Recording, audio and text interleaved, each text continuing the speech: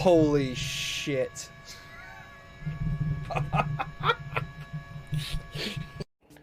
Yo, VIP. Let's kick it. Ice baby. Ice baby. Alright, stop. Collaborate and listen. I suspect with an isolation something's got a hold of me tightly. God, like a heartbeat daily and nightly. Will it ever stop? Yo, I don't know. Turn off the lights and I'll glow to the extreme. I rock the mic like a vandal. Turn up the stage and go drop like a candle. Dance. Go on. This mushroom deadly.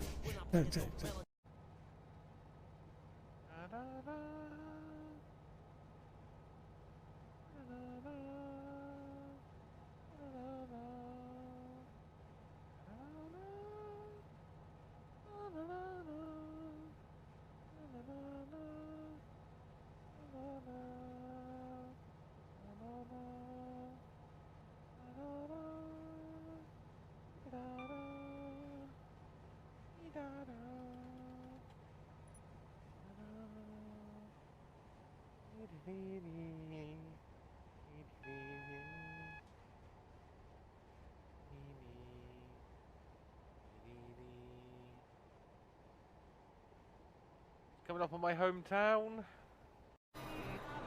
So what happens is if you press Control E.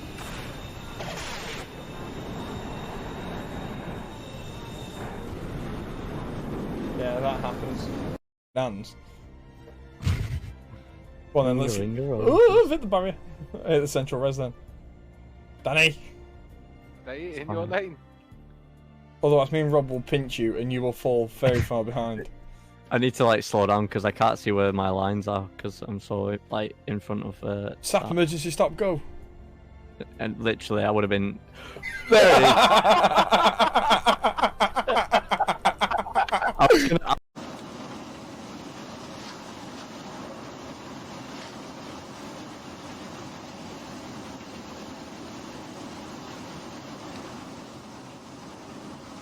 Fuck off, cat! I wondered what the fuck was going on. Cat fucking sitting on the control pad.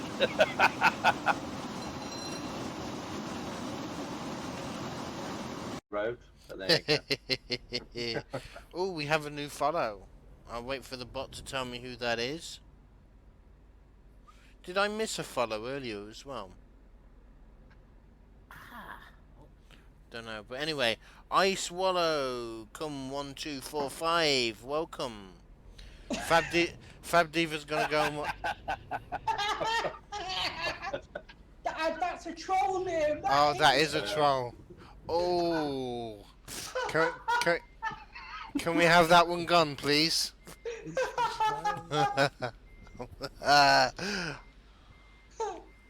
Ben, sort that one out, thank you.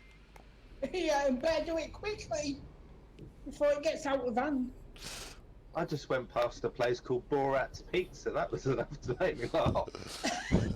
Borat's Pizza, just on the corner here. And I've now got stuck and I'm holding half the convoy up. It's 2 of you 3. Jelly doing some lawn mowing again. Ah, no.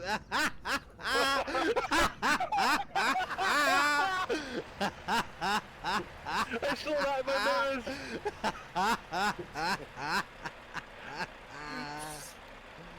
Oh dear. Oh dear, Jelly. That didn't work out. How did you know, Sheikah? Oh.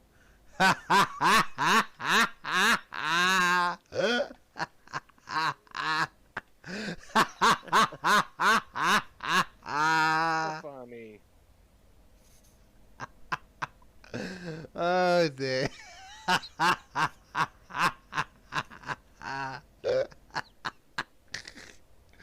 Oh, that. Nice one, CK. Oh dear. That's good. What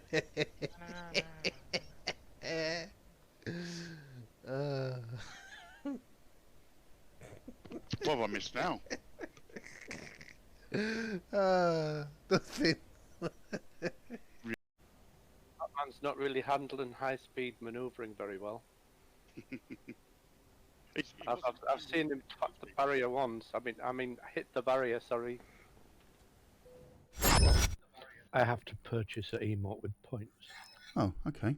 Good evening. That was our introduction tonight. Was Sap wanting to purchase an emote with points. So we got a special Grumpy Gamers for you this evening. So alongside the usual suspects of Mr. Captain Jenks. Hello. And we also have Mr. DXG Wipeouts. Good evening. And we have Mr. Irascible Sap. Hello. Eating his dinner. And we have Mr. KTL Rob Powell, who's still waiting for his dinner. No, I got my dinner. Oh, you got it now, have you? Yeah. But we also have with us another chap. Sorry if I butcher your name. Tarrenam? Tarrenam, yeah. Tarrenam? Excellent. Who works for Jagex. Yes, I got it. I got it. I knew. I was like, I'm going to screw this up. I've never known how to say that company name. So, what we're going to do, it's going to be very different because obviously we want to chat to this chap. He's a games developer. He worked on a little game some of you might have heard of called RuneScape, and along with a lot of other projects, and to chat about projects he's working on right now. You get a bit of an exclusive on this one. But first of all, Mr. Whipouts has got a couple of news items he's going to race through, and then we're going to be straight on with the main body of the show. So, Mr. Whipouts, over to you, starting with, what is it? It's a fly-by-wire standalone release? That's the one. So very good evening again for the running joke of Flight Sims to dominate. Where do we start? So tonight we have Fly-by-Wire, quite frequent mention on the show, the freeware developer and enhancements mod for Microsoft Flight Simulator have finally announced that it will be moving away from Microsoft Flight Simulator's default Airbus A320 to stand as a standalone freeware mod. This is great news because it means that Fly-by-Wire can finally incorporate some of the systems that they've otherwise been limited to with Microsoft limited base modeling and framework. This includes accurate weather radars and other such features and enhancements that they've not quite been able to add. This is still available for free through the Fly-by-Wire installer we spoke about a few weeks ago, and we'll hopefully now see larger releases now they have their own framework in which to do it. Following this, they also did update the stable version and to 1.4 as well as 1.4 X, which is their in-process development modules, meaning that you get the much more regular updates and you're essentially a beta tester for them. But I'm a big fan of the A320, the fly-by-wire A320, because this is a couple of guys who sat down, took a base product from Microsoft, enhanced it, and now they've taken it so far away from the original that they've made it their own standalone mod. Just a quick reminder, this is available for free from the Fly-by-Wire website, newly launched, or their Facebook page. This is the one that I've got, isn't it? Yeah. Yeah. Yeah, they completely 3D modeled the whole thing and then just took it away from Microsoft's enhancement. So Okay. that was done by a couple of guys. For free, sat down and went, oh, we can make this better. So they sat down and made that better. In 12 months, it's so far away from the original thing that it's now just its own. As I say, I don't play the flight sims, but every time I watch these videos, I'm like, is that real or is that computer graphics? What the hell? It's only getting better and better. Yeah. So your next one. Better and better. Just before the release of last week's show, we literally happened the night before. Aerosoft, finally, their much awaited Aerosoft CRJ. I always forget which model it is because there's 1,000,000 different models of it. I believe it's 200. 550 and the CRJ 700. This is the first commercial payware add-on for Microsoft Flight Simulator to release from any of the recognized and much loved developers. We saw this plane on a golf course the other night. Probably not this one. Initial testing from real life from real life CRJ pilots and from other online enthusiasts, we'll call them, has been extremely positive with only a few minor problems that have been very quickly ironed out. Now, Aerosoft have been very good at this in the past, and a lot of the time they they've released some very, very good products that are very well optimized, and so the feedback on the CRJ has been overwhelmingly positive. But it's finally nice to see the sim stepping in that direction that we've talked about so much, about it being recognized as a simulator, in opposed to it just being another game platform for third parties to develop. Yep. As it's been in the past. Virago, just to answer that, no, it's for Microsoft Flight Sim, not for FSX. Yes, no, Oh, it's it's Microsoft Flight Sim 2020, is it? there we go. Someone's got to say something because they think it's funny. Try again when you've got a sense of humor. I don't know. I think it is quite funny, but go on, next one. Put me off now. Now I do not want the much loved and very hyped Flight Sim Labs finally released their trailer this week, announcing the imminent release of their next A320 update. This is an FSX and P3D version of the A320 Virago saw just a moment ago. FS Labs, talked about by myself many times as a staple of the quality and in-depth modeling within simulation, have finally announced that they're releasing their A320 update, with their main focus being the sharklets. That's the big vertical stab you see on the end of the wings. It has taken them 13 months to develop the sharklets, as it's not just a cosmetic 3D modeling add-on, but as the extensive dynamic research they've done into the aerodynamic effects, fuel burn, and other sorts. So it is modeled down to the T. Again, this is the simulation. So this is the add-on, which took them 11 years to fully develop from receiving the first technical data until the point that it's at, and is available for P3D versions 4 and 5 and for FSX. However, some of the features are limited by FSX, such as the tablet, in which you'll see the in-flight electronic flight bag, or the EFB, which you're currently seeing on your screen. There are other such optimization updates for those who are using slightly more outdated computers, and as is highlighted by the video that you're currently seeing, FS Labs have also updated their cockpit companions. Now, so when you download the A320, previously you used to get a web link that you could connect to through your phones or your tablets that allowed you to control certain systems from your tablet. They've now updated that as well. Still works on the same basic system, but they're much more in-depth, and as you can see, could be used for planning, weather, and its online compatibility. So AI aircraft on VATSIM or other people flying on VATSIM or any other virtual air traffic networks also show up in the aircrafts. That is available free if you own the product. If not, just a reminder that the A320 is $125 with then $60 and $70 add-ons respectively. Very nice. Thank you very much, Wipeouts. So it was a shortened news section this week. Obviously, the next week, so every 2 weeks, a couple of weeks' time, we'll be doing any more that's come out and around. And in the games world. And for anybody who's complaining that it was all Flight Sim this week instead of just mainly Flight Sim, we have actually dropped 2 extra Flight Sim bits of news for next week. So we didn't give you all of the Flight Sim. No, exactly. So it's over to our special guest, Mr. Tarrenam. Would you like to tell our audience a little bit about yourself, where you're working, the projects you've worked on, stuff, and then we'll move on to what you're working on for future, if that's okay. Yeah, so I've worked at Jagex since 2007, which was my first kind of software job. And I started out not actually making games, but in 2009 I started on game stuff. And I'm still there. I now wear 2 hats, so I'm still there part-time, but I'm also a part-time indie dev, which is the other thing we'll talk about. Yeah, and in that time I spent about 6 years working on RuneScape. I've done some other stuff that you might know about. We did a RuneScape themed card game at one point called Chronicle. I was on that for a few years. A game which was kind of meant to be Travian on steroids called 8 Realms, and some other stuff. Yeah, so basically most of my software, pretty much all my software career has been at Jagex, writing many different things. So what got you into it? What made were you a fan of gaming as such and thought, I want to get into that involved, or a coder, or what sort of made you decide this was a career path? Yeah, I mean, so I've definitely always been into games, and this is going to sound like a ridiculous story, but it is true.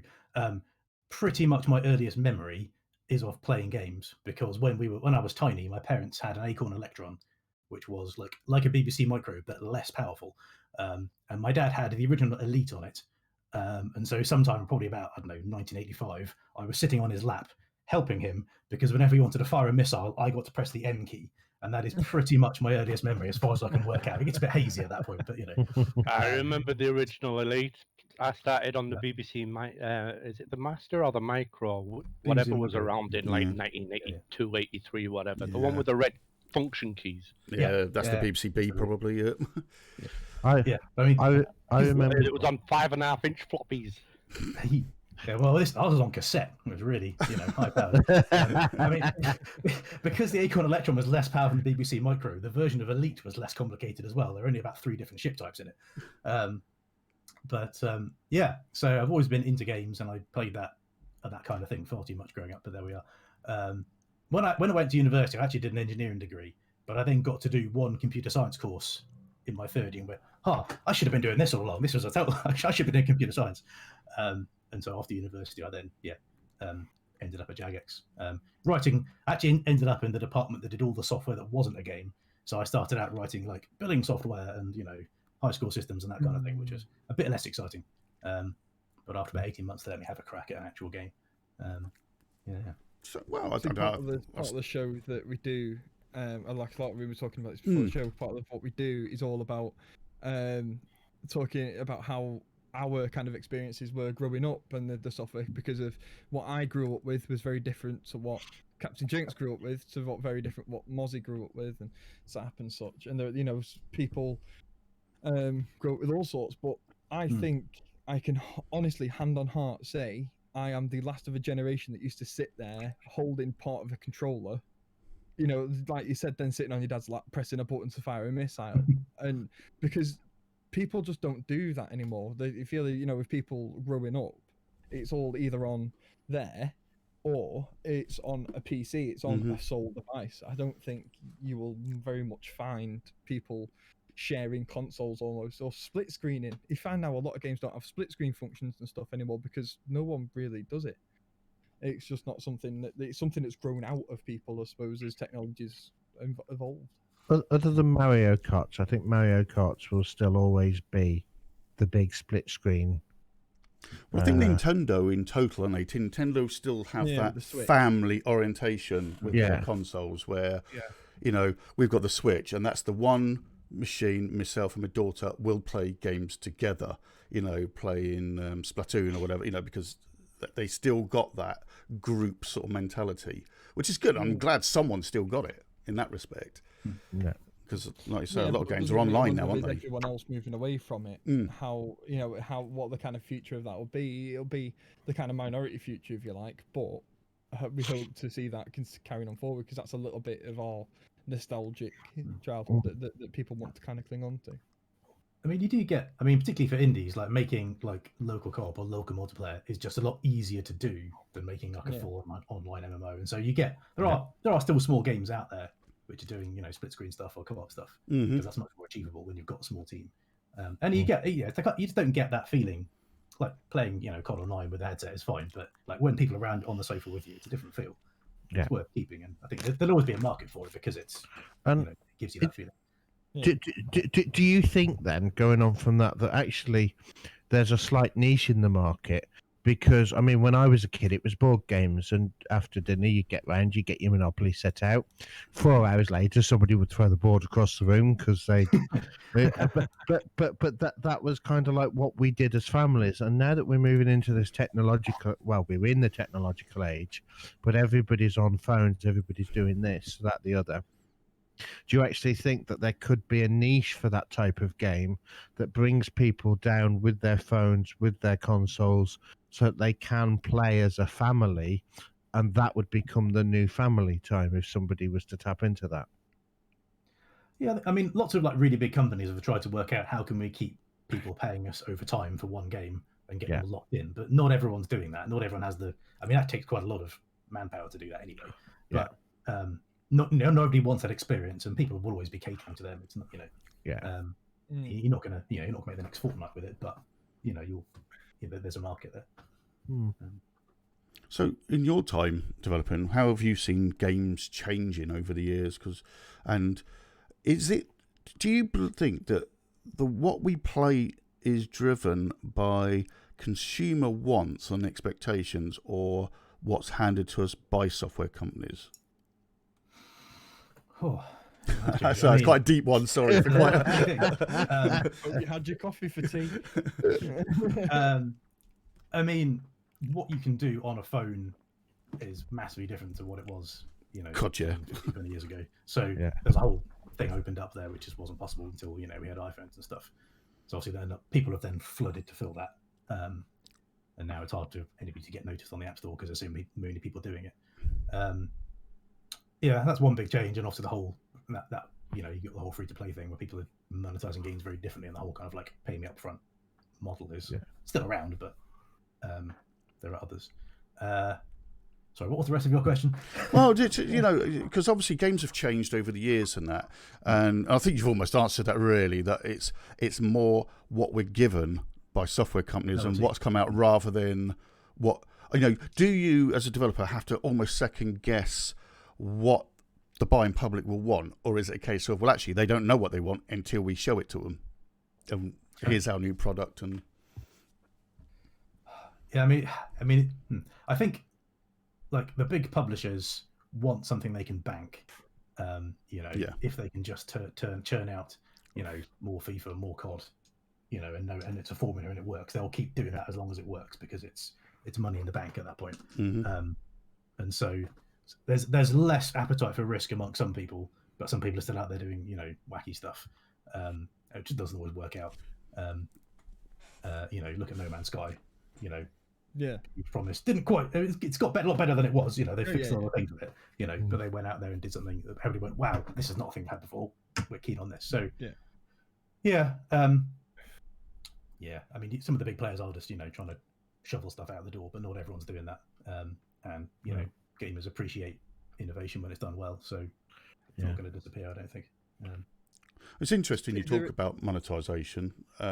Because obviously it's almost like a dirty word, but as we were saying before we went live, you guys have got houses to rent or buy. You've got food to put on your table. There has to be a price. People have to make money because, well, how else are you expected to live?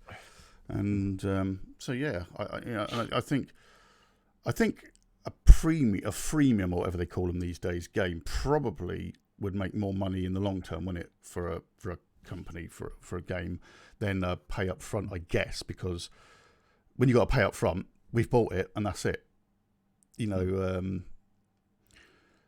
Not always. There's things to buy, bolt-ons and add-ons and things like that.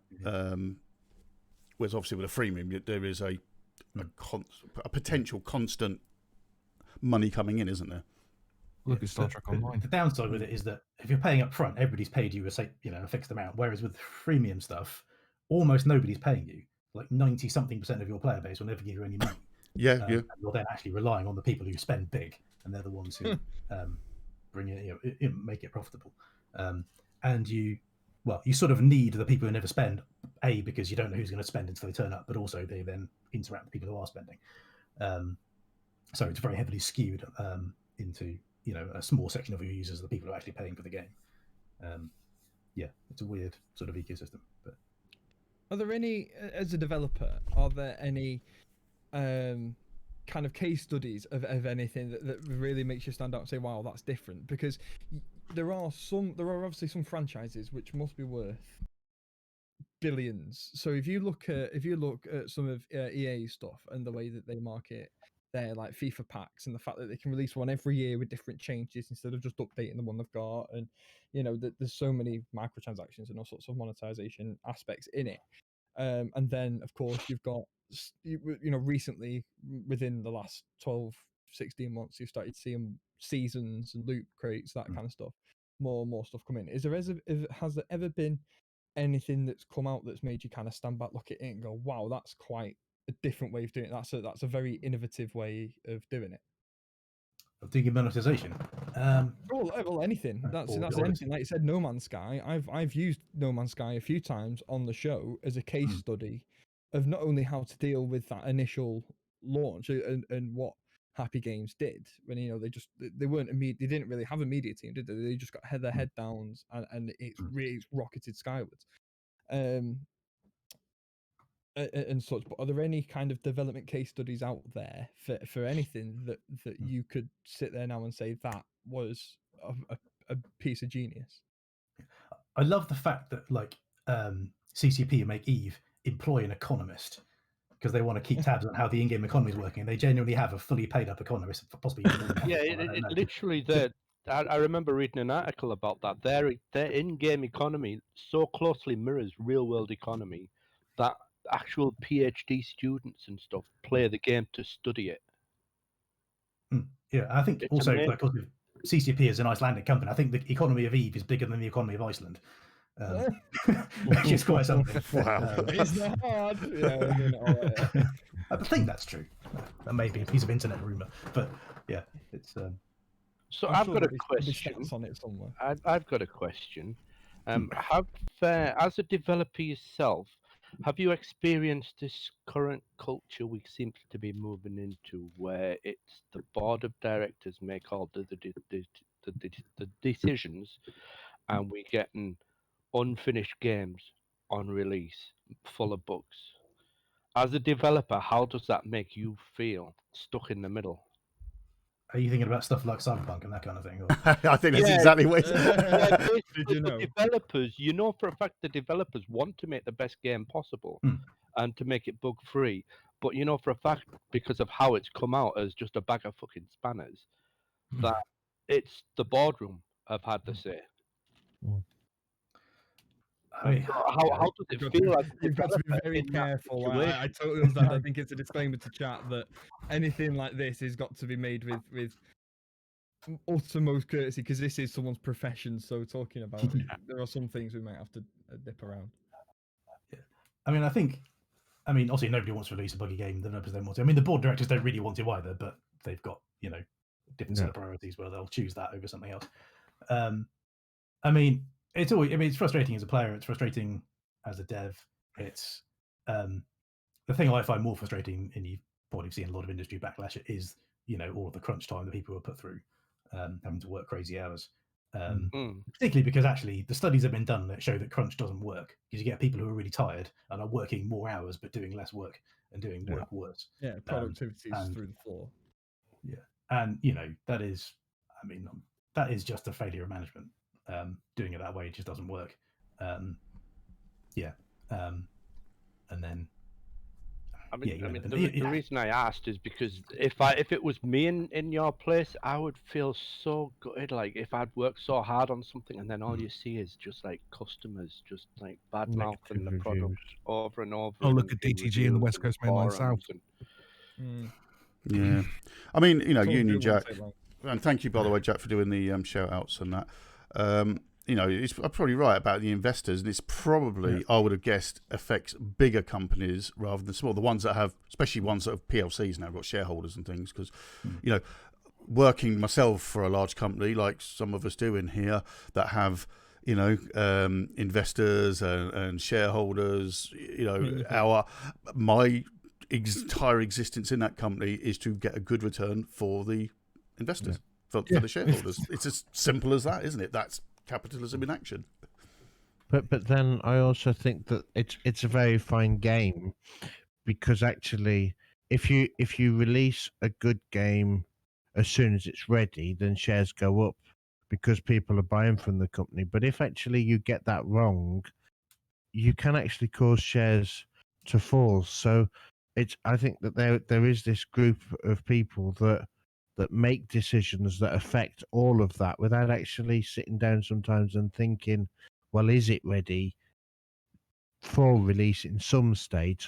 Is this going to do more harm than good? So I think the people that push for release sometimes could actually do with just stepping back a moment and listening to some of the people, because again, look at, as Rob said, the West Coast Mainline South, that I was looking forward to it.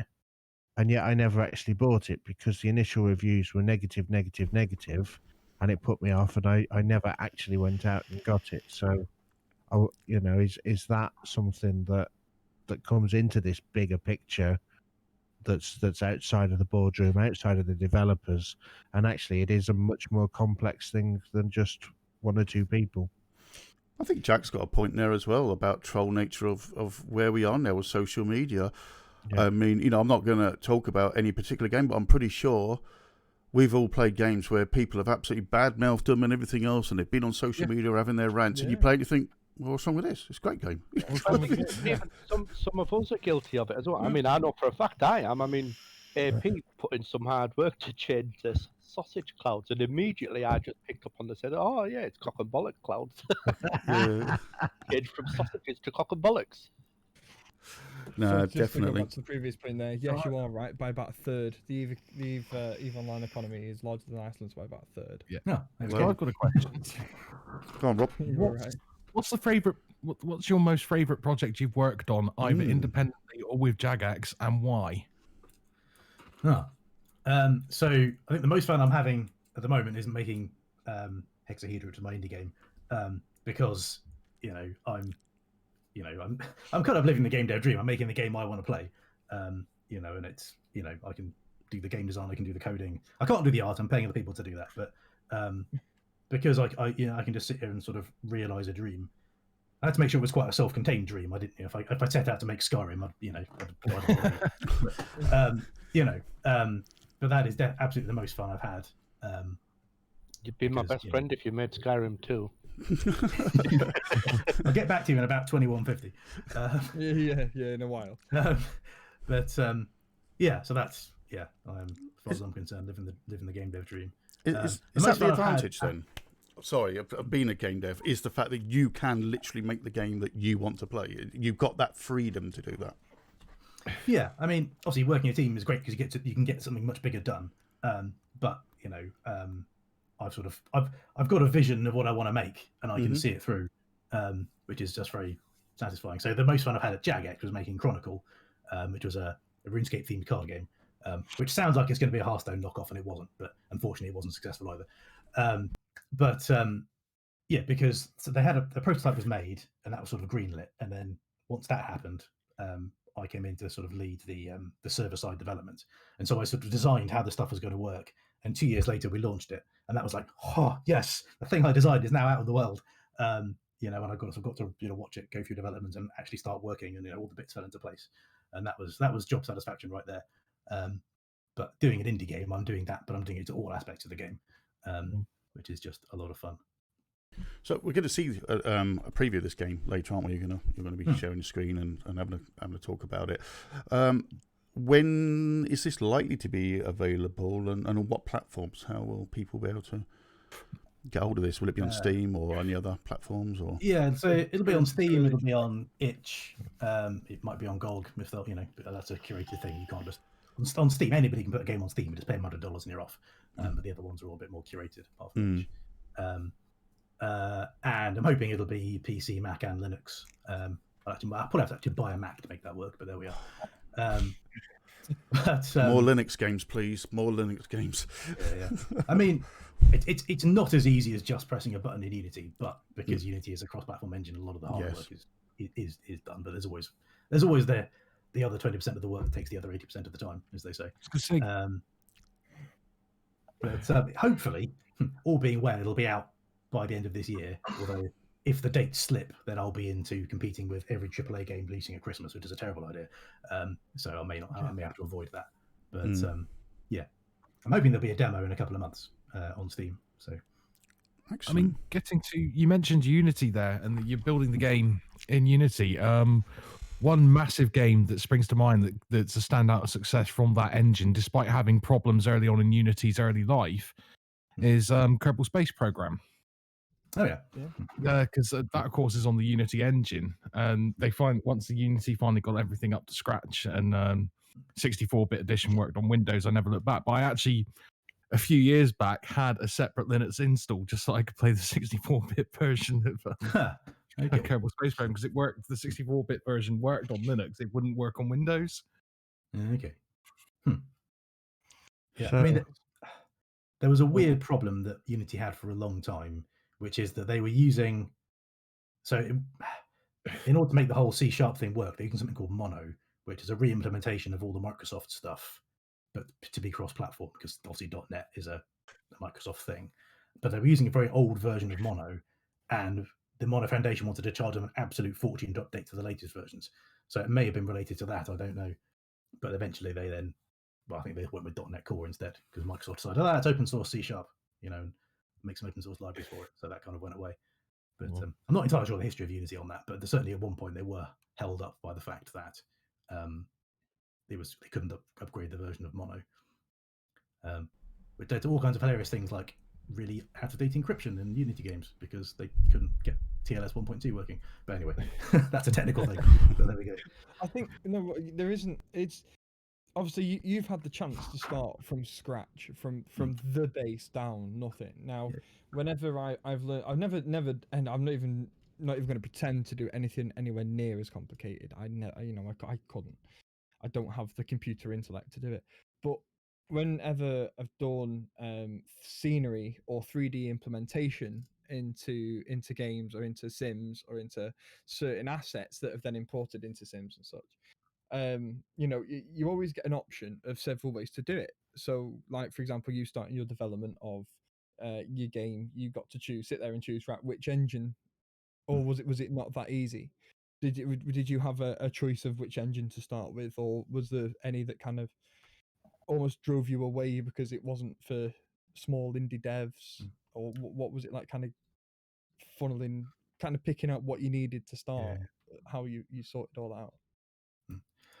I mean, partly it came down to I've used Unity before, so I mean most stuff. Well, so RuneScape is all in its own custom bespoke thing, but Chronicle was in Unity, so I'd used it before. I knew C#.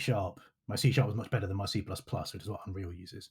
And I didn't want to sit down and implement my own engine. I mean, I could do it, but it wouldn't be as good as something that has had hundreds of developers use. The development, There's just no point. And Unity is free, at least when you're small, and they don't take 5% of your revenue. And Epic take Unreal take 5%, although they don't if you're on the Epic store. But anyway, so it was a language I knew, it was an engine I knew. It mean there was less of a learning curve, and because I'm making a puzzle game, so it's not like pushing the boat out. There's no huge amounts of physics or anything like that. So it doesn't need to be a particularly there's no sort of niche need I need to get out of my engine, and it's something fairly general will do. So Unity is fine. I mean, Unity is very powerful, but the point is there was nothing able to go, oh, Unreal has this cool thing I definitely need. It's not that complicated a game. So what I was familiar with, mostly swung it. And it's slightly older as well, so it's been refined through. It's been refined through the years, because a lot of the time, if we sit here and we've played something, so for example, we moan a lot about the engine that Train Sim sits in because it's such an old engine, and I've always done the same with FSX P3D. Whereas X-Plane very much, so this is again my kind of experience. X-Plane very much made its own kind of engine and implemented Vulkan processing into that. So I've got a lot of that, and it works significantly better for what it is and what is on it than the others in comparison. And even now, when Asobo released Microsoft Flight Simulator as they did and said, it's in Unreal and it's this really nice engine, I've not held back from voicing my issues, and I think everyone who watches the show every week knows that I am prone to going on a hell of a rant, because there are so many times with a lot of, especially with what we do, that you run into engine limitations, or you run into certain limitations. So does Unity bring that stability as well in the development of it, as well as it's a refined platform that's been used, and it's not got limitations of an older platform, if that makes sense? I mean, they've Webby Chronicle was like Unity 4, which is all right, but the new versions have got all kinds of nice. I mean, you do just get the benefit of a lot of intelligent people spending a lot of time doing stuff. It is pretty mature at this point, and they've been. You can go read like technical blog posts about how they've dealt with frame stuttering in dual graphics card setups and all kinds of really funky stuff. You know, they're putting a lot of thought into it. Yeah. So it does help having something established. Yeah, you just get to reap the benefits of other people's hard work. So why not? So we've got a question from chat, Mr. Dex Vinyl. And by the way, thank you, Dex, because it was Dex that put us onto your good self. And oh, you need to get this chap. And obviously, you stream. You're streaming the development of your game. Yeah. You know what? So why did you? What made you think? Oh, I'm going to start streaming the development of this? And what? I suppose why did you? You know, yeah. What gave you that push to think? Oh no, I'm going to start streaming this. Good evening, Swing, by the way. Yeah, I mean, I think there are two reasons. One is that, you know, it was a way to make people aware of the game even before it was in a state where I could really go and say, hey, look at this cool thing I made. It's got like colored cubes, you know, and when it was still really basic, I could still, you know, be talking about it. And you know, Dex Vinyl stumbled into my stream, and he's now tested an early version of the game and all sorts. So, you know, some people are aware of it because of that. But the other reason is just that it means I just keep working, in the sense that I can't do something, check the news, realize 20 minutes has passed. When I'm streaming, I've had to sit down for stream 4 hours. I just do 4 hours work. So I have the most productive days streaming development because I just keep going for several hours, and you know, I get a lot done. So productivity has been through the roof. I find that when I stream my coding with the JavaScript and some of the websites I'm designing, I could sit here for weeks and not touch it because Facebook or Instagram or YouTube or Twitch gets in the way. But then when I sit down and say, no, I'm going to do a coding stream today, hours pass and I actually get some stuff done. So, yeah. And his other question is, given a chance, is there anything from the full-time Jagex days you would like to see resurrected and given a chance with a newer technology? I mean, I do miss Chronicle, which was the card game we did, because it's by far the most fun I've had. Yeah, I mean, it was just, you know, so the way it worked was you had a hand of cards and you put down up to 4 cards for your adventurer to go on an adventure. And they'd like fight monsters, get some loot, spend the loot to buy a bigger sword, fight a bigger monster, and so on. And your opponent's doing the same thing, and your cards kind of alternate. And so some of the cards would interfere with what they were doing. And so you were trying to defeat them, but you could either, like, you know, play cards that let you just smack them on the head, or you could play a card like, oh, their weapon breaks. Oh, now they're fighting a dragon empty-handed. Sucks to be them. And that was kind of how the game worked. But because it was quite a different thing, you know, and I think getting people interested in it was, people looked at it and went, oh, it's a card game based on an MMO. I bet it's Hearthstone. You know, but it was genuinely fun. And the media reviews we had were very positive because, oh, this is actually kind of different. But we never got enough traction, and after a while, the plug was pulled. But yeah, I'd love to have seen that take off. It was very cool. Is it still available to do anything with? Not from a development, but is it still available to play from a consumer? No, because I mean, not really get it now. No, because the way it was set up, I mean, there was a practice mode which played on your local machine, but it was a multiplayer game, and so the first thing the game does when it starts up is try to connect to the servers, which aren't there anymore. Right. Yeah. Okay. I mean, it's been withdrawn from Steam, so if you've still got it installed in Steam, you can launch it, and it will sit there spinning its wheels trying to find a server, but you can't install it anymore. So, do you still have a hand in like your RuneScapes and things and Jagex? Because obviously you say that you're kind of part-time with them still and part-time indie. So, you know, do you still spend a bit of time on sort of... Because there's two RuneScapes, wasn't there, if I remember rightly? You got the classic, and then they did that flashier looking one, I don't know, for the want of a better way of describing it. But were they effectively the same game, though? Still online, multiplayer, etc.? Yeah. So there was a thing that was called RuneScape Classic, and obviously it wasn't called that at first, but that's the really original version of the game, where it had like 2D sprites. That's the RuneScape I remember. Yeah.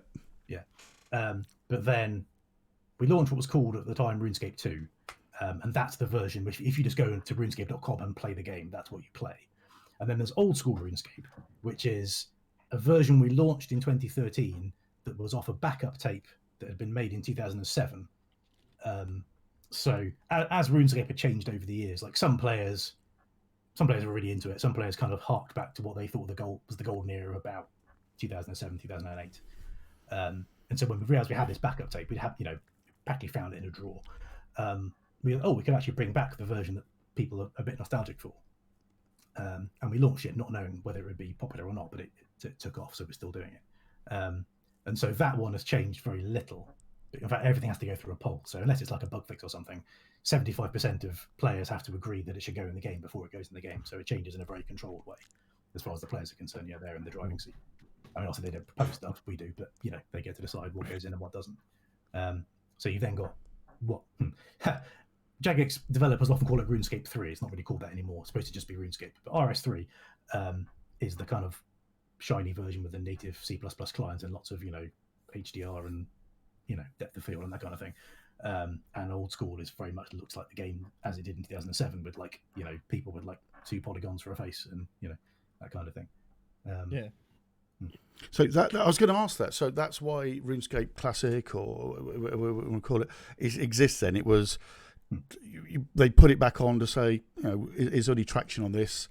And I think there's a lot to be said. People like a bit of retro, don't they? They like a little bit of what they know. Well, and it depends, I think, because Wargaming did a similar thing not so long back with World of Tanks and stuff. They let you play World of Tanks how it used to be, like when it was first released and that. And we all have nostalgic memories of it and everything, but when you actually went and played it, oh my god, it was a bag of spanners. I think it's like the Heritage Railway scene in that way, in that it's not quite what it was. We go to the Heritage Railways and think, oh, wasn't Steam wonderful? Look at all these clean locomotives and clean stations, and it wasn't like that at all. People with orange jackets and It's very polished. Yeah, and I think that we can actually do that sometimes with games. And so where you do release a classic game, you need to polish it up so that it's how people think it was rather than how it actually was. I think it depends on the game as well, don't you? Because, I mean, obviously it's worked for RuneScape, and it also worked for Command & Conquer and Red Alert. They brought that back out, the classic game with very little tweaking, basically, so it will run on modern machinery and modern screens. And it's brilliant. For me, it's exactly what I want. They haven't messed around with it too much. The gameplay is identical. So I think it probably depends on the game, doesn't it? Yeah, definitely. Anyone that tries to play Grand Theft Auto 1, it's like, holy crap, I thought this game was... I think I've got rose-tinted glasses looking at it. And then you go to play it, you think, It's so naff. I played the original Half-Life a while ago and thought, this has not aged well. This is really clunky. Yeah. It's remarkable, how your memory is. Yeah, every now and again, I really cool at the time, stop the Half-Life series every now and again. The first one is terrible. I usually start with number 2. Yeah, so I did the same with Sniper Elite because I started on Sniper Elite 4, really enjoyed the playthrough, want more, so I thought, well, I'll get the series. Went to play Sniper Elite 1 and oh my gosh, it is terrible. Yeah, that's the only version I've got. Somebody gifted it to me, and and you can go on it. I think I had like 1 hour on it. I was like, this game's terrible. I'm not playing it ever again. All right, I'll gift you the Sniper Elite 4 so that you can actually see the good one. So a quick question for me then, because we briefly spoke beforehand about some of the coding I've done and where I hope to see that progress. For anybody who wants to get into the gaming industry or into coding or into that development side of things, what would be your recommendations? How would people go about it from almost from nothing, or from perhaps having done web design in school, which I know schools big, because Rob was in a position that I was at school.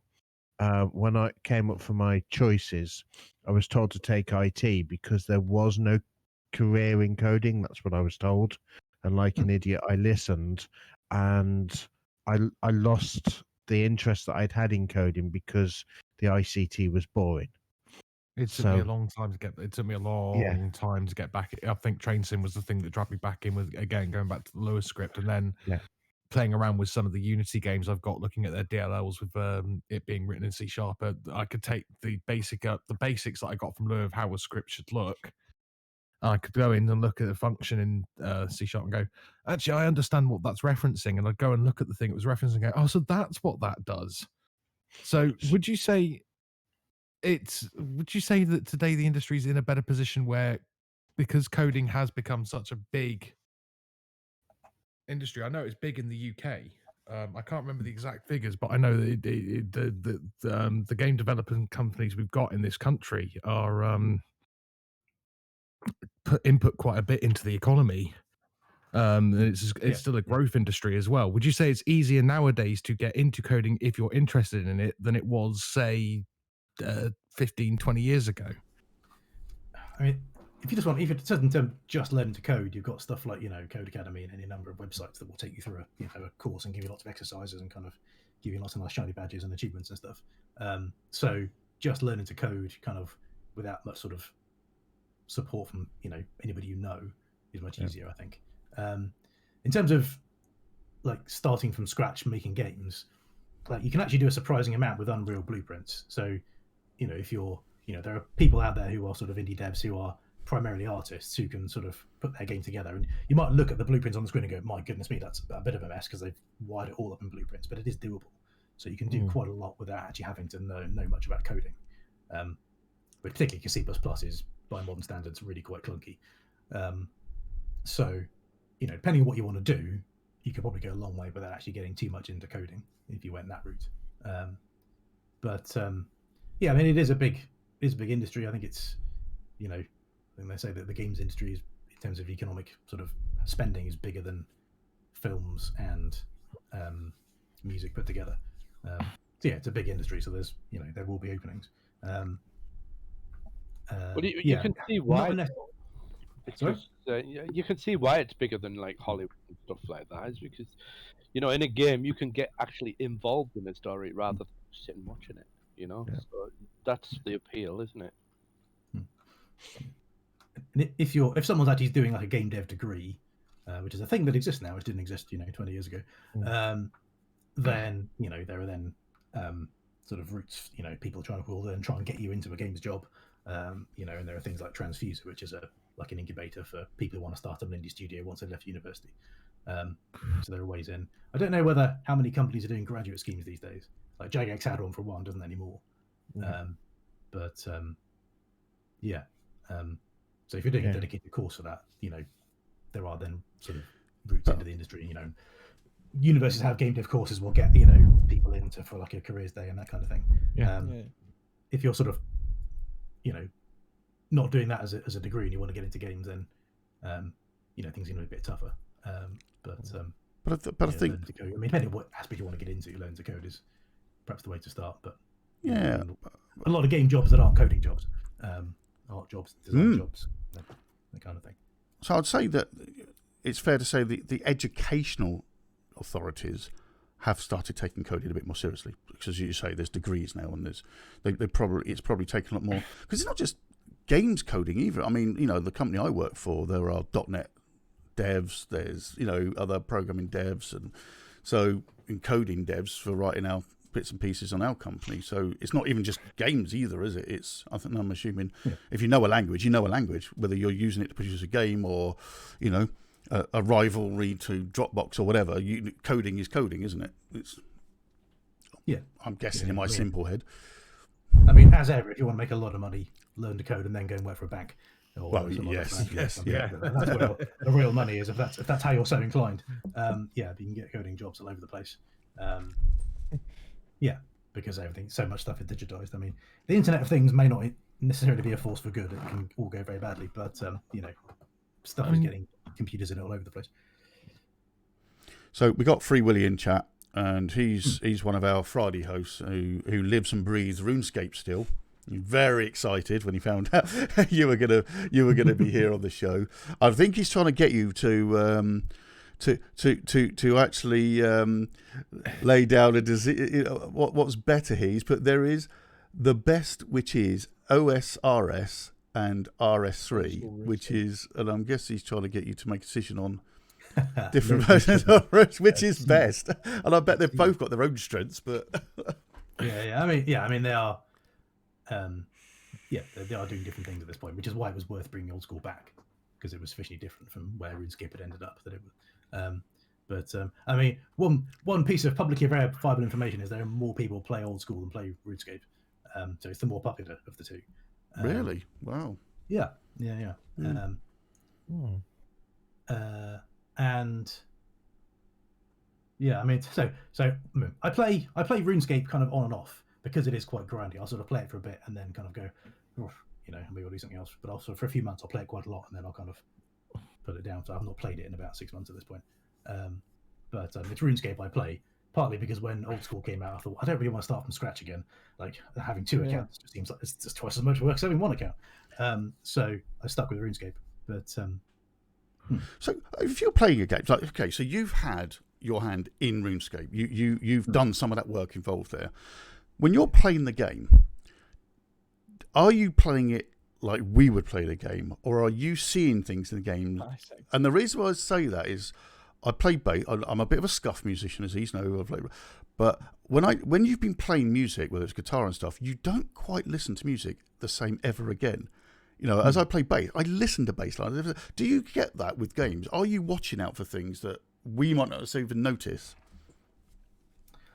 To a certain extent. I mean, because I do engine stuff, it's all quite behind the scenes. So what the content devs do is always new to me. So I can, play through a quest in RuneScape and appreciate it, much like everyone else, because that's not the bit of gaming I do.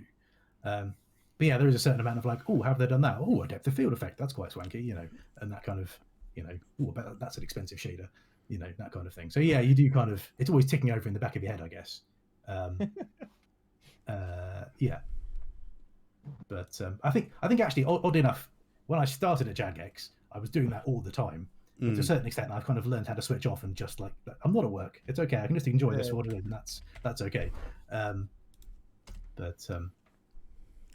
Yeah, to a certain extent, yeah, you do kind of pick up on how things are done. And do you have that kind of inter-department rivalry as well? So you'll be going through somewhere and somebody had made a comment about budgets or something. You'll be sat going through part of the game that someone else has worked, and you'll be sat going, "Oh, so this is where all the money's gone." Kind of having almost digs at each other about different parts of something that you've collaboratively, that's something that you've worked on together. I mean, there are quite a few things in RuneScape which are like in jokes that no one outside the company's going to get. Which I perhaps better not discuss. But yes. Go on. But yeah, I'm trying to think what else. What is there anything? I mean, there's a certain amount of like. Often there's a certain amount of sort of back and forth with players in the sense that like, if you're reading a quest guide, you go and talk to this NPC, and then he will ask you to bring you the following 3 things. And if he hasn't said, it says bring me this, your character then say, "Oh, I've got this on me."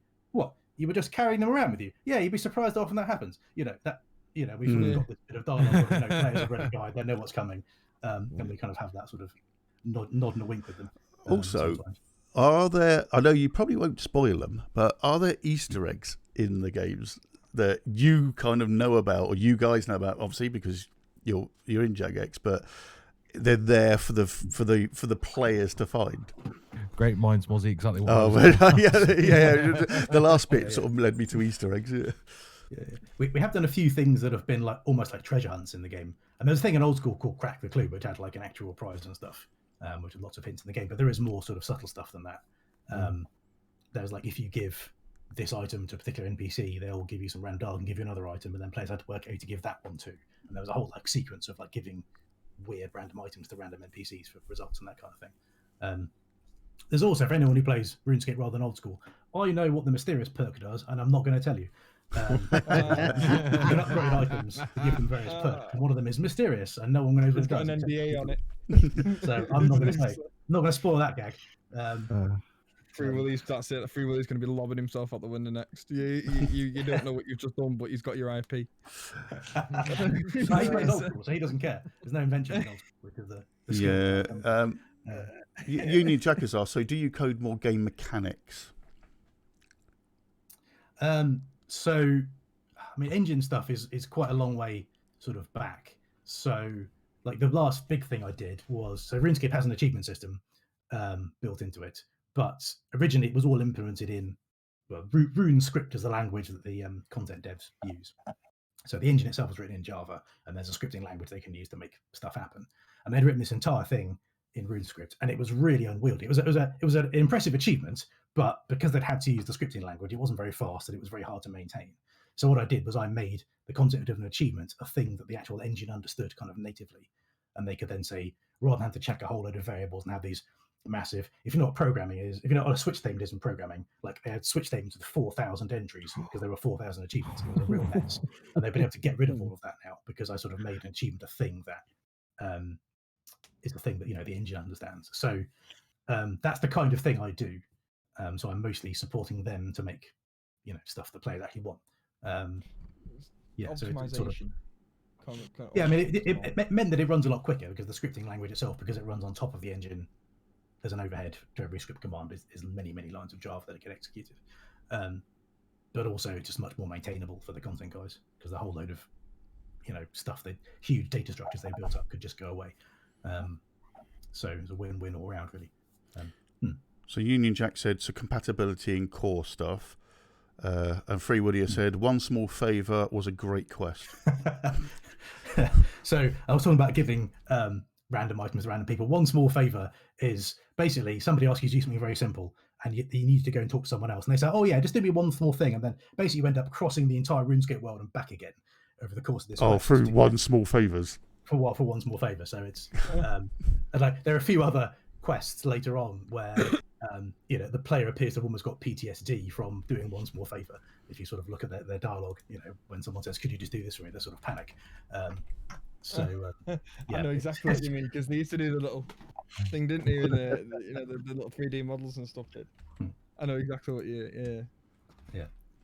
There was on that point you're saying about kind of in jokes and stuff. I don't know if anyone ever played SWAT 4, and anyone who knows SWAT 4 will probably know where I'm going with it. They had one female dev called Jennifer. I can't remember her last name, but her first name was Jennifer. So if anyone ever plays SWAT 4, whether it be with their widescreen mods and all sorts, when you're in a map, if you look at a map, there's a piece of graffiti which randomly goes and it reads Jennifer is a and I'm not going to say it, but it as that in it. And if you look in the back, there's a picture of her with it as a sticker. That was the thing that was the dev team had put that in. So there's things about Jennifer in SWAT 4, and it was because she was the only female dev in the game when it was produced in 2006 or whatever it was. It's quite fun when you know them kind of little things and you see them, you're like, ah. Yeah. I mean, RuneScape is most of the human RuneScape is pun based. Like we had a guy in a childhood building site who was called Foreman George. Like that is RuneScape humor 101.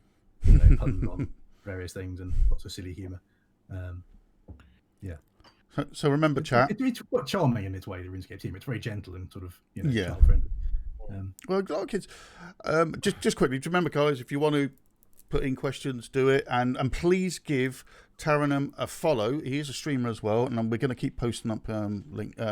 So please give him a follow and give him some love when he's streaming, and obviously chuck your questions in as well.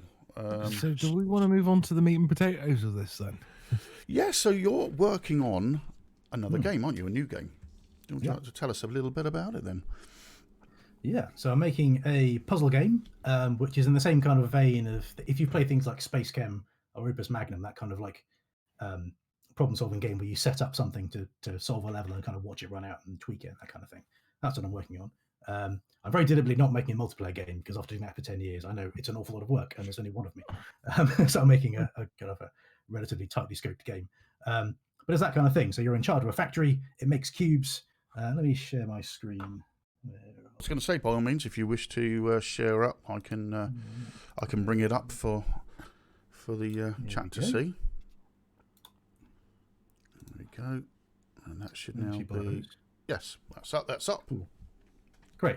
So if anybody, by the way, in chat wants to help me add to my collection of coronavirus-based celebrity puns, then by all means.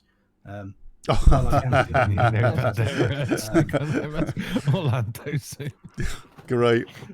So suggestions in chat, please. But we'll stick with Pandemic more. So I'll take you through the first level as a kind of a demonstration. So this is a really basic one. So what I need to do is turn the cubes I've got into the cubes I want, and this is a really easy one. I just need to clean some paint off it. And I've got this. This is my factory. It's only very small at the moment. This thing adds cubes. Oh, it's interesting. The pop-ups have stopped working. Oh well. Oh no, there we are. Oh, and I think there's some screen resolution, screen sharing stuff going on here. Okay, anyway, so that's a shipper. This thing on the right, it sort of sends the cube off to the destination. This is a saucer, and it adds a cube. And I can then program this factory. In fact, it's already there. So I'm saying I'm going to trigger the left device, which is the saucer. I need to add a cleaner to clean some paint off. Trigger that. Rotate the cube a bit so the next painted surface is facing the cube. Clean it again, ship it, and then I can go back to the start. So I program my factory, and it adds a cube. This just runs. So at the moment, having sort of played through the level, having sort of set up the level, what I'm doing is I'm seeing, have I solved the puzzle or not? And you can see, yes, I have. This is sort of flash green. I've got a thing. I'll speed this up. So this is not a very interesting level. This is just where we sort of teach you, how to add commands, how to add devices to your factory, that kind of thing. But also at the end, it will then give you some stats. So part of games sort of in this genre, part of the thing you can do is you can then go and really optimize your solutions. And, the game eventually will give you sort of graphs of where you are compared to the rest of the world, how your friends on Steam did, that kind of thing. And you'll be able to sort of compare yourself and compete for who's got the best stuff. But if I go straight to a more complicated level, let's go to the last level so far. So what I've got here, things are more complicated. For a start, the cubes aren't all complete cubes. So I've got to assemble them out of bits. And as long as nothing collides, I can sort of do that. And also here, if I add something from source number 2, well, I might get one panel, I might get 2, and I've got to cope with the fact that I don't quite know what I'm going to get until it's happened. And I'll use my debug command to load a solution. And so I need to start things like sort of comparing. I need to start being able to sort of measure what's in my factory and react to it. So this thing is a sensor, and it will then say, well, is there a panel facing me? Yes or no? And you can then branch your logic. Oops, that's a slight bug. You can branch your logic and say, okay, right, if there is a panel, I'm going to keep executing these commands. If there isn't a panel, I'm going to get branched to a different set of commands and start doing some other stuff. And this will then allow me to turn this collection of stuff into this output here.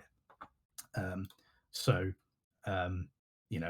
added one panel. All I got out of this was one panel in the top right up here. And the thing has gone, oh, I didn't detect a panel. Okay, I'm going to add some more. Okay, great. Hang on. Now I've got 3 and I only wanted 2. That's awkward. So we take a panel off the back, go, oh, yes, I've got another one. So this thing at the back is a panel adder remover, which is taking the panels off at the back there. And then we go, right, I've definitely got one panel now. I know where I am. Great. I'm now going to synchronize. So this one has stopped, if you notice. I'm going to synchronize with this. And boom, they're now both moving. We're going to send this over. We're going to merge 2 cubes together. Bam. I can then, this one is still missing one face. We're going to add that on from the back. Send the cube down. We need to clean it and paint it to make it match the output. And this thing is then going to loop, and it's going to loop based on whether or not do I have one panel left over, yes or no. And so this is also a much more complicated solution, but it deals with the fact that I've got this uncertainty over here of how this is going to be. So the whole thing is very logic based. There are lasers that check what color things are. There are spray painters. There are many things. What else? I can burn wooden panels away. I can teleport things. I can decorate them. I can smash them if they're glass. All that kind of thing. And the challenge is always to then, well, the first challenge is, can you make the right output from this input? But then also, how optimized can you make it? How fast can you make it run? How few devices can you get away with? That kind of thing. So it's all a game about optimization. How efficiently can it be done? Yeah, how efficiently can you do this stuff? Yeah. That's very much it. So, I can sort of show you funky stuff like teleport and that kind of thing. So, I can take a cube and I can sort of zip it from one place to another by doing that and then that. Which I want to show just because it has some quite nice VFX that somebody else made. There we go. Boom, teleport. Except I'm teleporting. Hang on. I was trying to teleport. So the cube will end up in this buffer up here. So it teleports. Here's my cube. It's in storage over here. And now, it teleports down here. And I can move stuff around. So it's still, I'm not quite ready for a demo, but the levels will get harder and harder as you go along. These different devices kind of get introduced gradually. You can also put things in them with the payload adder. And also, so there's going to be a plot as well as you go. It's going to turn out that somebody is trying to use cubes to take over the galaxy, and you can either stop them or join them. I'm also planning a music mode where you can. There'll be a music mode where you can use the hitter to smack cubes, and depending on how many sides they have, make different notes, and you can then play tunes by assembling your factory and programming them right to then play things in the right order. which will be like a sandboxy kind of thing. So my question is, as a developer, so before you wrote this game, this idea had to come into your head. Where do you start? What's the very you think, right? Okay, I'm going to write a new game. Do you sit? Is it pen and paper? Do you sit and just scribble ideas? Is it what's the thought process to get to even to this stage? From nothing. There's a lot of mulling stuff over in your head. So, like, originally I had an idea for a game where you're trying to like bounce a ball through an obstacle course, and you have a cube, and the cube has different surfaces, and so you need to sort of rotate it. So if you need to get over a particularly high barrier, you need to sort of rotate the really bouncy surface so it bounces really high and that kind of thing. Yeah. And that was that was more about sort of reacting to stuff and kind of getting stuff set up at the right time. And then that sort of morphed into, what if there was a factory and I could change the cube, and I could, I think I'm thinking, what if I could design what my cube had on it, and I had to pick the right tools for the job for this particular level, and that then turned into, maybe I'm just trying to make the cube, maybe that's the game, rather than then doing this other thing where I'm trying to bounce a ball around. So that's kind of how I got on. That was the path. But then, like, where the whole bouncing a ball in a cube thing came from, that was more or less just like, that just appeared in my head. I'm not even sure where from. Yeah. But there we go. So do you have like whiteboards on the wall and stuff like that? I mean, literally, I've seen I've seen documentary. I mean, years ago, and I'm pretty sure, even in our IT office, we still do a bit now. And it's like get the bloody pens out and start writing or trying to visualize what you want before committing anything to an actual PC, a keyboard. I mean, does that still exist, or? I did. So I made a prototype version, which was really was just like coloured cubes, and like there was no background. It was just like a Unity skybox and stuff. So I played around with that at the end of 2019 for a while. I never sort of made a pen and paper thing. I think possibly I've gone slightly mad trying to take panels off little tiny cubes on my desk.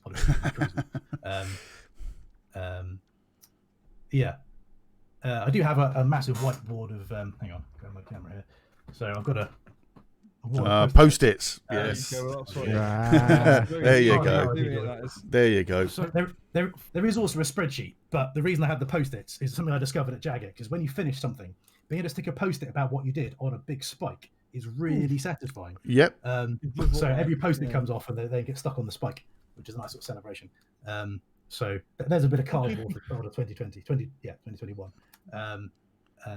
So that sort of gives me a feeling of progress when I do something. That's all good and well until you think, I needed to think about why I did that, and then you sat there going through all your post-it notes trying to remember. That's why it's a spreadsheet as well. Yes. So from conception to the current build state, how long has it been? So I started the prototype in 2019. I started this kind of fresh, because having sort of done the prototype, I realized all the ways I'd like approached the code structure completely wrong and started again. That was kind of February last year, so it's been a year and a bit now. Although only about 75% time. I still do 5 days a month at Jagex, sort of 3 days here, 2 days here, kind of on various different weeks. So it's been about 75% effort for a year and a bit. But I think it's important as well that you especially when you're doing something like this, that at the minute it's very much a fun project, something that you're very passionate about, something that carries forward. You don't do what a lot of studios are almost known for doing, or that people say happens at some places, where they get an idea in the head and it's go. You've got to still enjoy what you're doing, otherwise it isn't going to come natural to you. And you've had this idea, and you're very much translating this onto Unity engine, and now you're sat in front of us today with something that you've made and that you can be proud of, that looks very brain fucking for me, because I am not the most intelligent people in the world, but something I would have to start from level 1 and work it up, because it does look incredibly interesting and in depth. And funnily enough, me and Rob were talking the other day about another game that we've both been studying playing at the minute, and talking about how Rob loves the challenge, and I think this is exactly that kind of thing.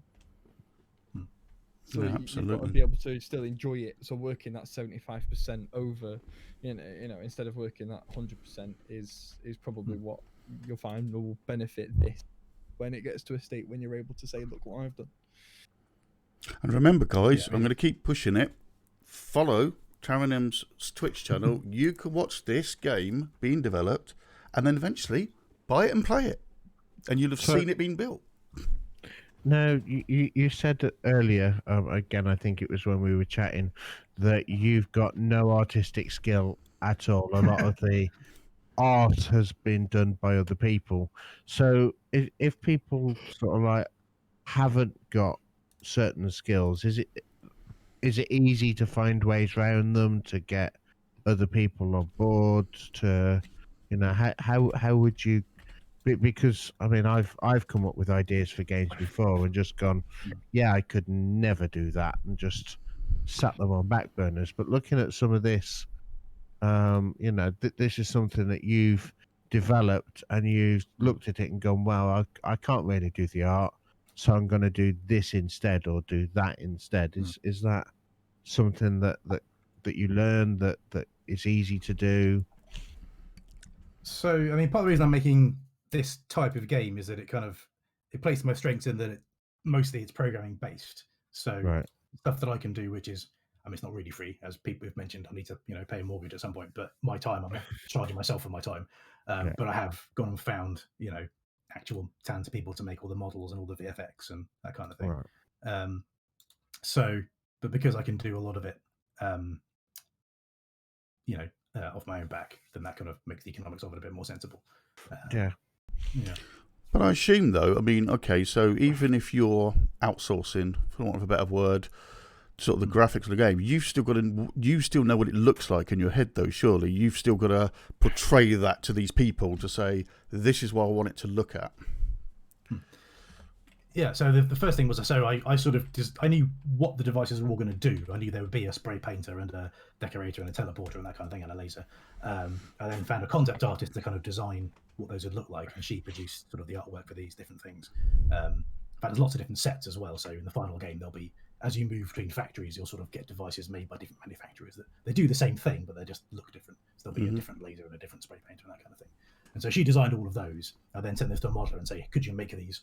And then someone else did the backdrops, this stuff, these windows and stuff for someone else. There is a soundtrack, well, there's only got 2 tracks in it at the moment, and so on. So, yeah. And with the soundtrack, it was all like, well, it's all a bit sci-fi. Could we have something a bit synth-wavy? And he said, do you like Danny Elfman? And I said, yes. So we've kind of got a weird mix of the two.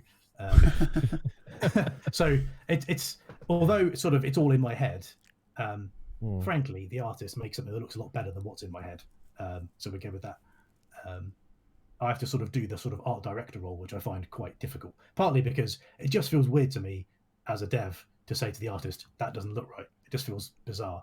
But at the same time, it's got to match my vision, and they understand that they're trying to work with, what I'm trying to make.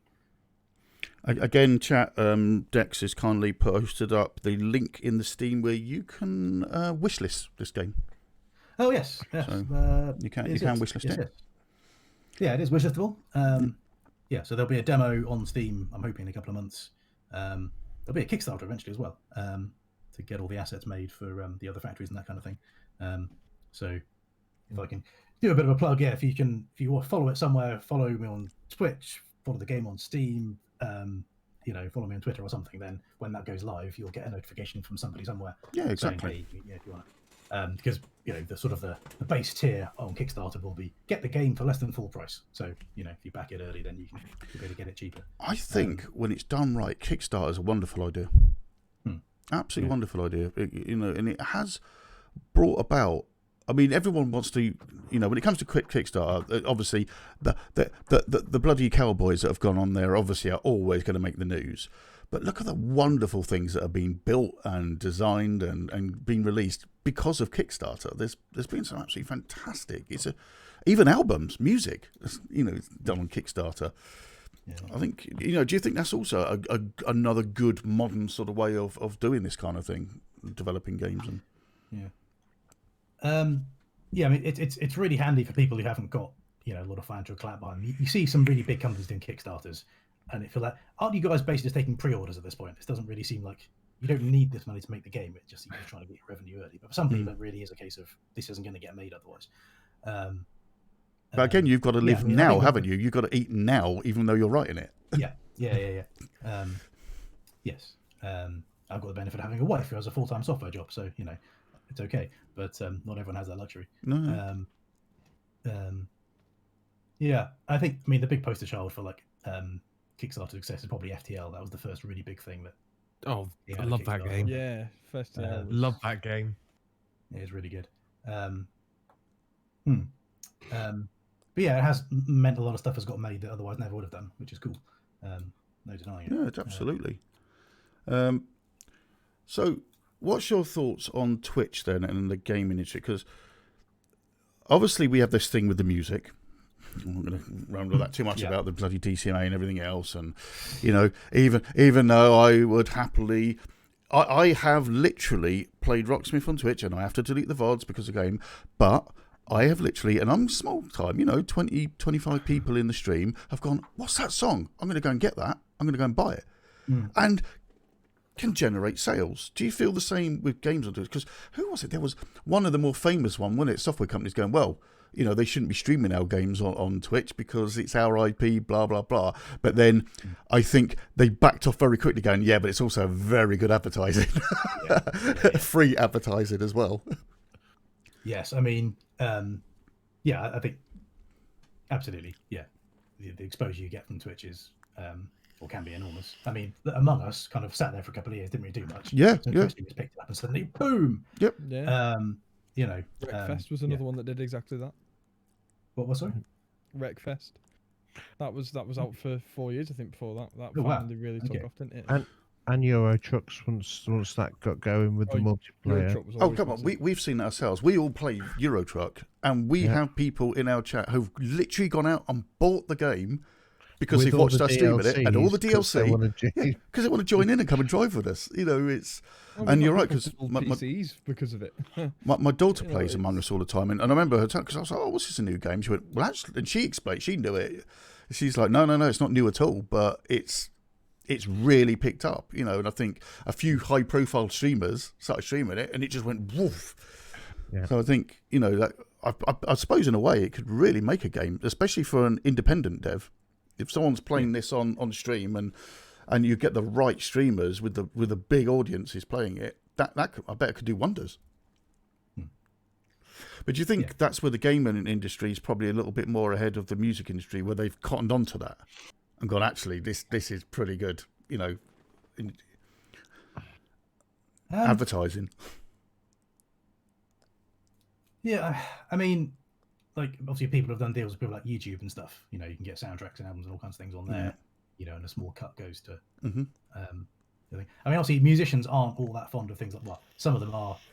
I mean, I don't know that industry, so I'm not gonna. I can't second guess them. But obviously, a lot of them aren't keen on things like Spotify because of what they get per play. Yeah, the fraction of what they'd get if they sold the physical music.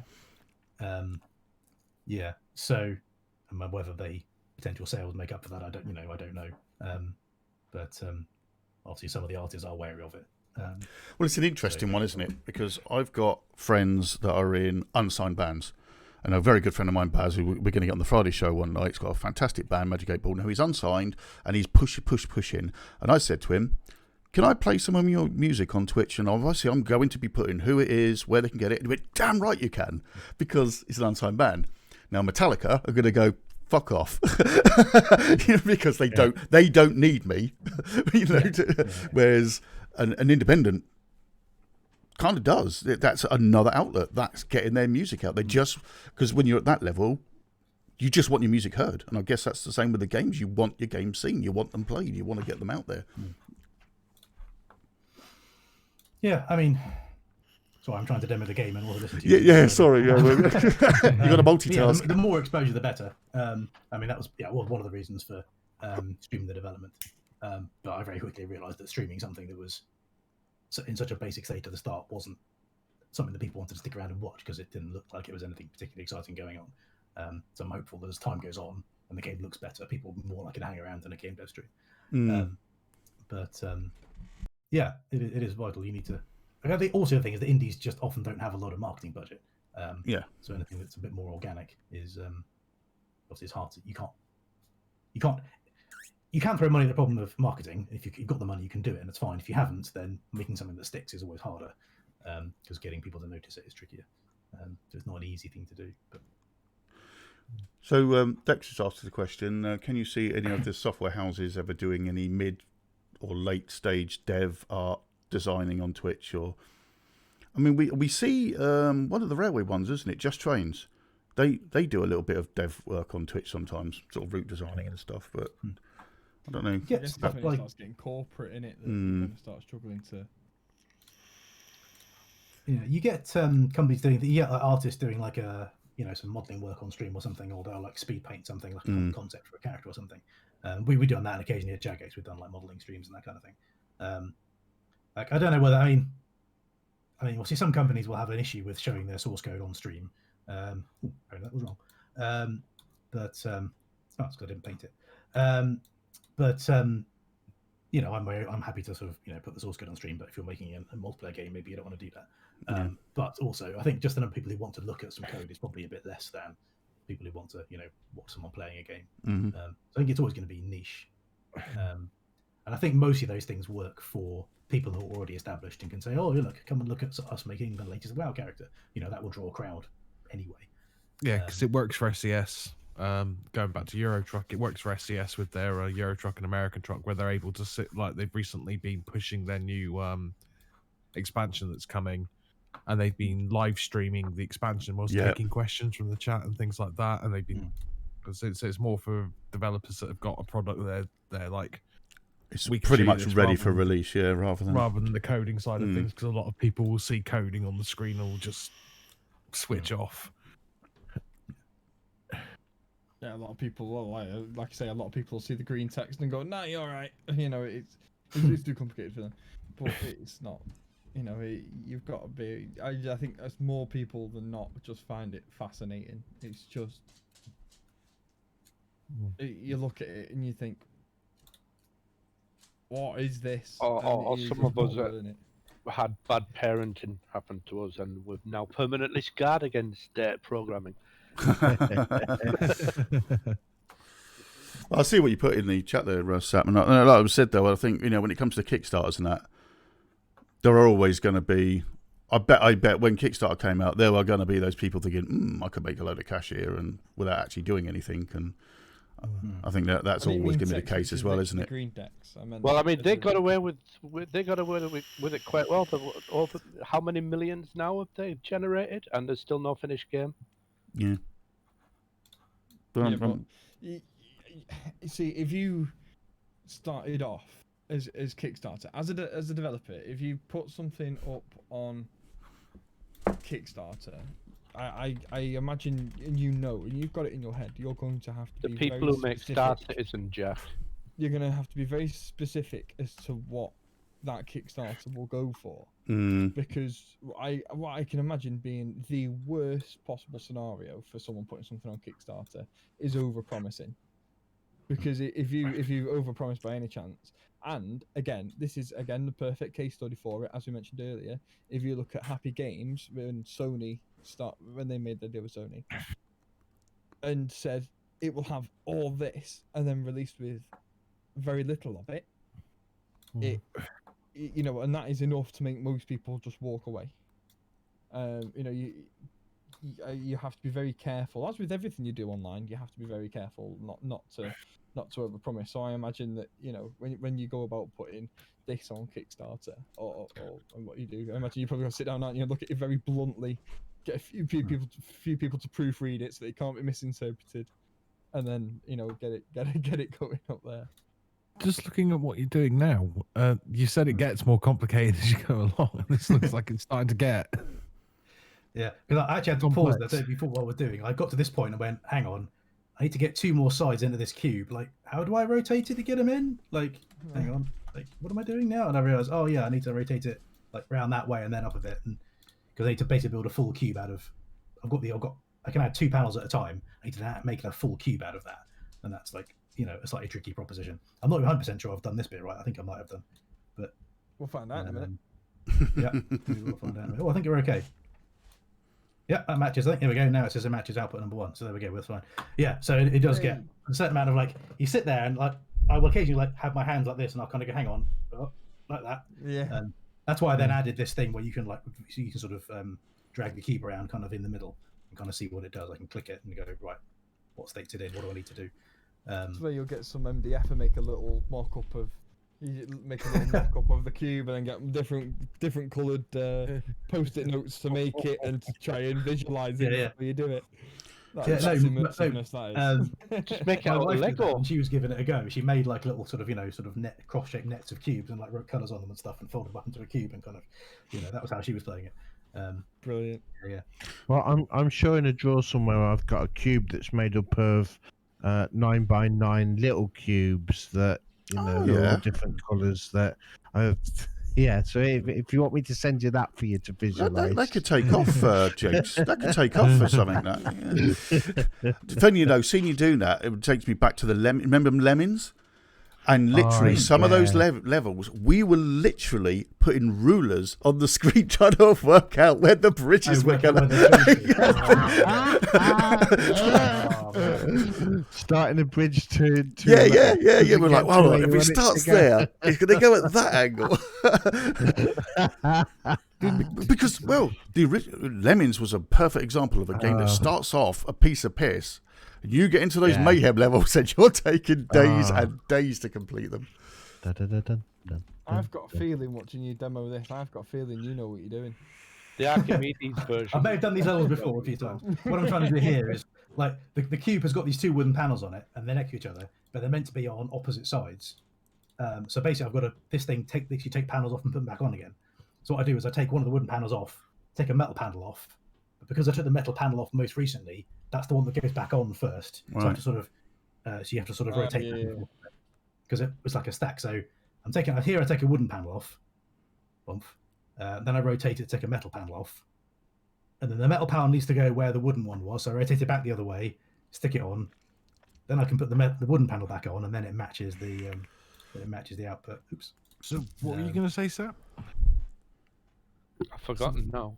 Something about Archimedes. Oh yeah, I was just commenting that my favourite version of Lemmings was on the Archimedes. I thought that did the game best.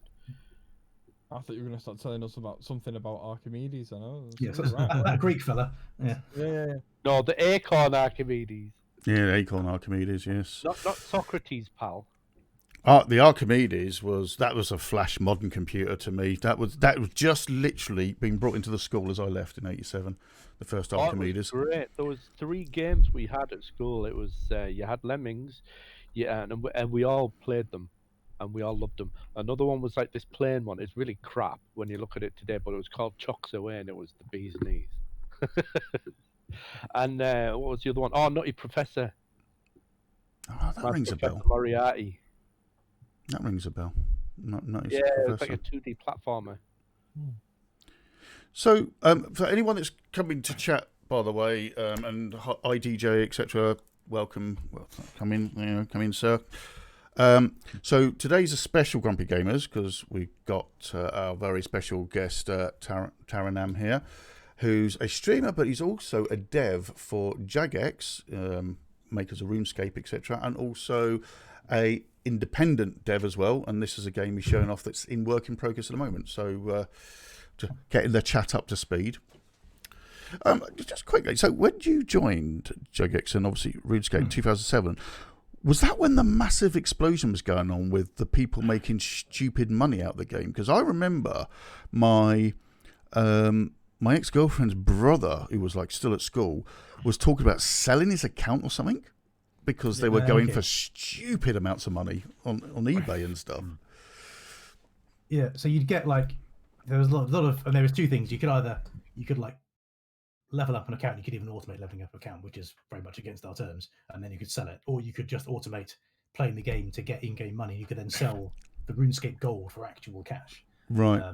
Which is still a thing that goes on. We've got a whole analytics team who kind of look for bot-like behavior, and we can then take action. Oh, he wasn't a bot. He just lived on that game when he wasn't at school, basically. he grinded it. I did for a long time. Yeah. I mean, it was a thing. It still is a thing to a certain extent. But we've just spent a lot of money and a lot of manpower making sure we can detect bots. And there's always an arms race going on because they want to work around our detection system so they keep going. And people will always want to try and play the system, won't they? Yeah.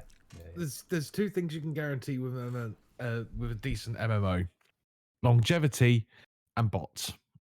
Because even the biggest of the big, WoW and stuff like that, even Blizzard still has trouble with bots and people selling gold and selling accounts. And it's almost like you can guarantee if you build a successful MMO, there's going to be that underworld there that wants to sell accounts or wants to. See, I don't get it. To me, where's the fun in that? I always thought that if you're playing something like RuneScape or WoW, that the point of the game is to start from scratch and build. That is the game, literally. And surely, if I went and bought an account off of Rob that has everything, well, surely that's just destroyed the point of the game, the fun of it. A lot of people just wanted it. I went to school with somebody who bought. So he went on a website and basically gave his account details to someone who would then who would then gave him times that he was out and said, right, every day I'm out from that time to that time. He would then go onto his account and sit there and just take unicorn horns, I remember it was, for 1,000 credits each. The nice easy one. And when he came back one day, he would see it getting, progressively more and more. And he came back and had rune armor and all these, all the coins, credits, whatever they were. And he'd paid someone to go on his account and do it for him. Yeah. Wow. I don't know. Some people doesn't have that mindset. People that read Moses mindset, there wouldn't be any bosses in RuneScape. That's not the way it is. Just don't see the point myself, but. Well, the point is usually, I know you want to enjoy the game and work your way through. Most people who buy fully spec'd accounts like that, they've already done that, and they're just wanting alts to help them farm, and that's what they're getting them for. It's people, I think, who have just got too much money and too much passion for something that maybe that just maybe it just goes beyond our willingness. Because, like I say, I'm confident in saying none of us would do that. Regardless of how invested we were into something. These people just are probably quite impatient. Going back to Eve, that's a good example of why people would buy an alt, because it can take years to build a good character in Eve, because of all the skills and stuff. It does take years. And so if you want to buy an alt that's all fully spec'd for PvP and in certain ships, it would take years to train that alt in real time, or you could just buy one, and you've already had your character and you've gone through the ranks with that, you know what I mean? So it's just convenience, isn't it? That's why people buy accounts: convenience, time saving. So on the flip side, it's possibly a bit of a touchy subject, but I've not heard of this for quite some years now. But with these big MMOs, your RuneScapes, your WoW and stuff like that, there were some quite high-profile deaths, where people weren't looking after themselves and playing constantly and things like that. How do, not so much developers, but the software companies sort of handle that? Because it's easy to say, oh, well, the software company, but that's completely out of their control, isn't it? It's when it's kids, it's parenting, and when it's adults, it's, well, you've got to know when to put that bloody joystick down or whatever and go and sleep and eat and things like that. And so we don't blame car manufacturers for people crashing the cars, do we? You know what I mean? Yeah. Well, people do. You'd be surprised. But it must affect a software company. Well, you know what I'm talking about. Yeah. It must affect a software company because no one wants that, do they? No one wants to see that. Even all the indirect media attention, people just looking, is indirect negative marketing, isn't it, in an essence. And let's be honest, going back to the 80s, computer games were seen as an evil in your shit rags, your sons and stuff like that, and and I think it's any excuse as well, wasn't it, that these games are evil? They're getting kids to do this and do that and corrupting, and I mean, I don't think you hear so much of that these days. I think it's now it's the whole sort of D&D is bad kind of thing, wasn't yeah, it? yeah, exactly. It used to be television. It used to be Ozzy Osbourne. For crying out loud. I mean, it was. Radio did kill the radio star. I've got another interesting, what I think is an interesting question. I know you're knee deep in basically finishing this one, but if it's a success, are there any plans for any other games from you? I mean, yeah. So yes, but I don't know what they would be. I haven't sort of started planning my second album yet, so to speak. It's all hands on deck to get this one out, and then. But yeah, assuming this goes well, I would love to keep going and make more games. But yeah, I'll just need to, decide what that is later, I guess. Yeah. Yeah. And to expand on that, then, because we've done the past, we're looking at the present and the near future. But is there anything in development from anywhere else? Anything that you're looking forward to going forward? Anything that you've seen online that you think I'll want to give that a go? What am I looking forward to? Up until recently, I'd have said what I really want is another Star Wars flight sim, but then they did one, so that was good.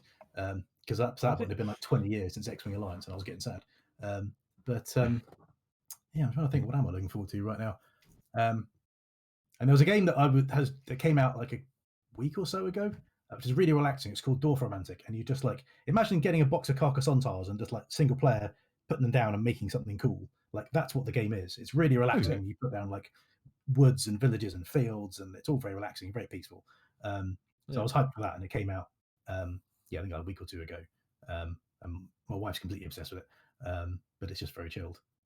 It's just a nice sort of anti-lockdown kind of relaxing sort of experience. Do you remember that if you go back, because there was a big phase of what that kind of sounds like coming out. Do you remember stuff like Universe Sandbox?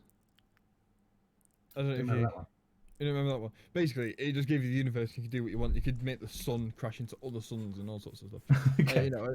It was you could do what you wanted with it. And that was probably about the same time as like FTL and all that released. But that's something that I think if something like that came out now, I imagine that in a new physics engine. I suppose it was very much a physics pioneer, the same way that like BeamNG was for damage models. So of course when that first released, when that first came into the pipeline, the idea of everything being independently physically choreographed, if you like, so that it all it's very dynamic, and that's how it was, but with like planets. To be phase of that kind of thing. That's the thing that engines are all pushing at the moment. They all want to say, look how many hundreds of thousands of physics objects we can model all at the same time. And they're kind of hoping people get on board with like really big stuff. Although the entity component system that Unity has and that kind of thing is kind of one of their big pushes. Although they do lots of very flashy tech demos. I've not actually seen any games using them to great effect yet. I mean, I'm sure they'll turn up. But yeah. So another question I've got is, this looks a very original game. It doesn't look like anything I've seen before. How hard is it to really, truly come out with something that's original these days? Because, it's like, if you pick a lot of categories, it's already been done. Yeah. I mean, so there's a company called Zachtronics who make a whole series of games a bit like this one. So there's even a subgenre called Zach-like, because they're sort of so well known in that sector. So this is like Space Chem and Opus Magnum and that kind of thing. But yeah, because it's always hard to pin down, like, where does that spark come from? And I'm not sure anybody really knows. But you need that idea of, the idea of doing a survival game. Like, this just sounds like work, but it turns out it's actually quite fun. Even just realizing something is fun. Like, there's a guy who works at Jagex and is also making an indie game, who was thinking about adventure games, and he like had a note and scrumpled it up and threw it at his kettle, and suddenly thought, what if you had an adventure game where you threw the verbs at things? And so literally, if you want to look at something, you select look at, and you throw the word look at the thing, and whatever it hits, that's what you look at. And it's absolute genius. And like, he just had that because he threw something in the kettle. And you know, and so it's an adventure game in the sort of LucasArts sense of, you know, you sort of run around and pick things up and talk to people and do slightly wacky things. But the core mechanic of I throw verbs at things is just, you know, like once you see it, they're going, oh yeah, that's really cool. But so if you wanted to pick it up, you'd have done it before. If you wanted to pick something up, you'd have to throw pick up at it and.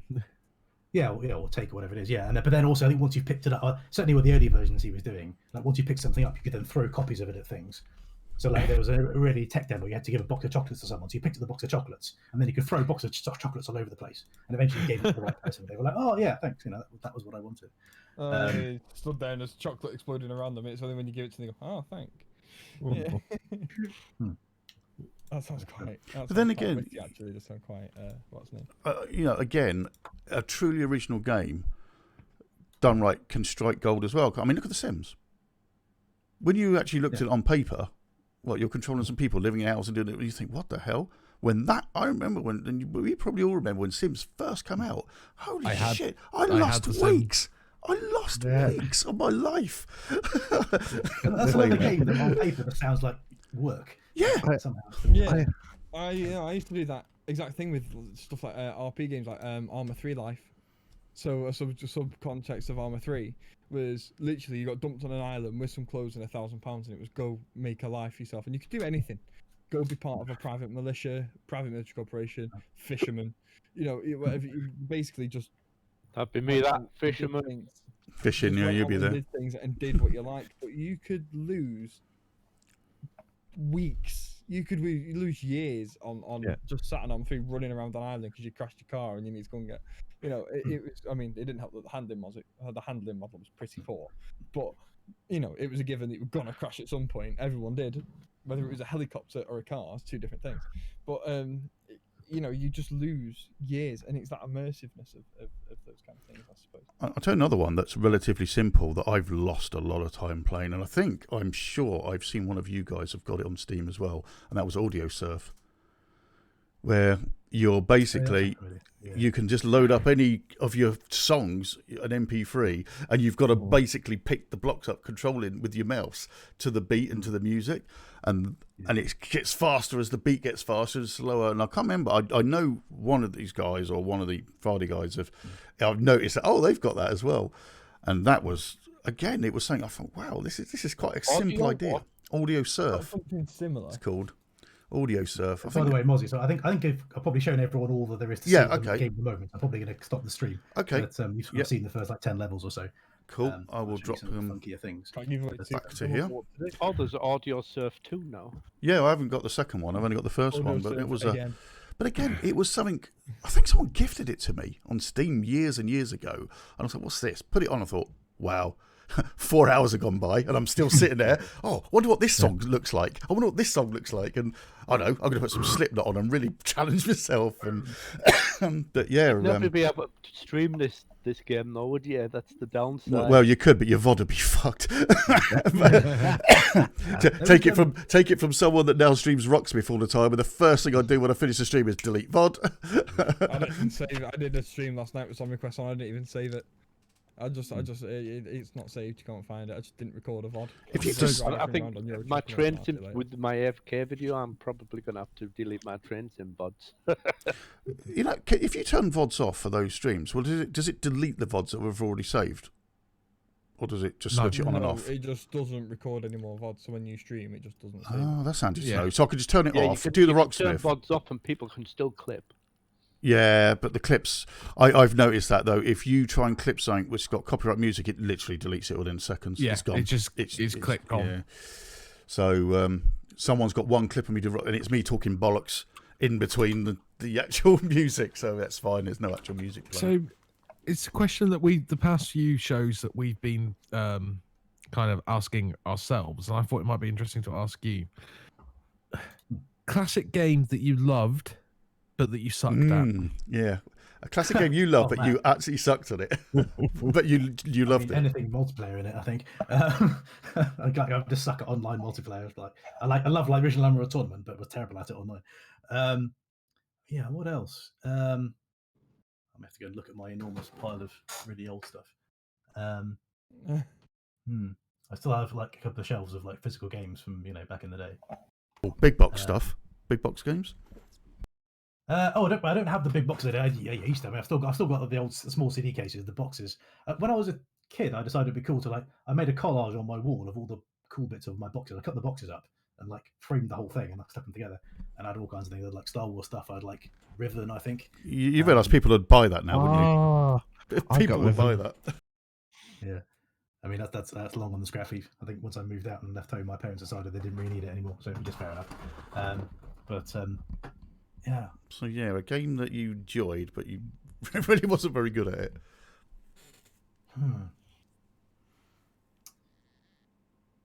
Yeah, I mean, there's a lot of stuff I thought, I'm pretty good at this, and I play with a friend online and get absolutely stomped like Superior Commander or something. I'm trying to think. What springs to mind? What he's saying, folks, is that he's really good at every game he plays. No. Is it he's better than all of us? I mean, it may just be I'm terrible at everything and nothing really stands out. Yeah, that's me basically. Any game I'd play, but yeah, I'm in that club. All right. Hang on. That's better than stuff.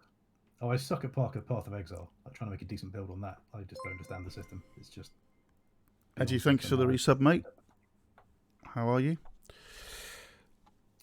And another question then is a game that got absolutely caned by the critics that you loved. Ooh, that's an interesting question. So.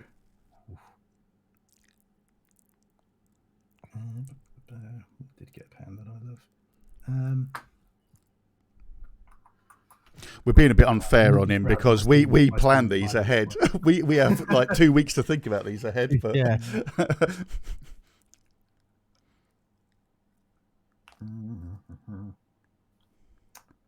Oh man.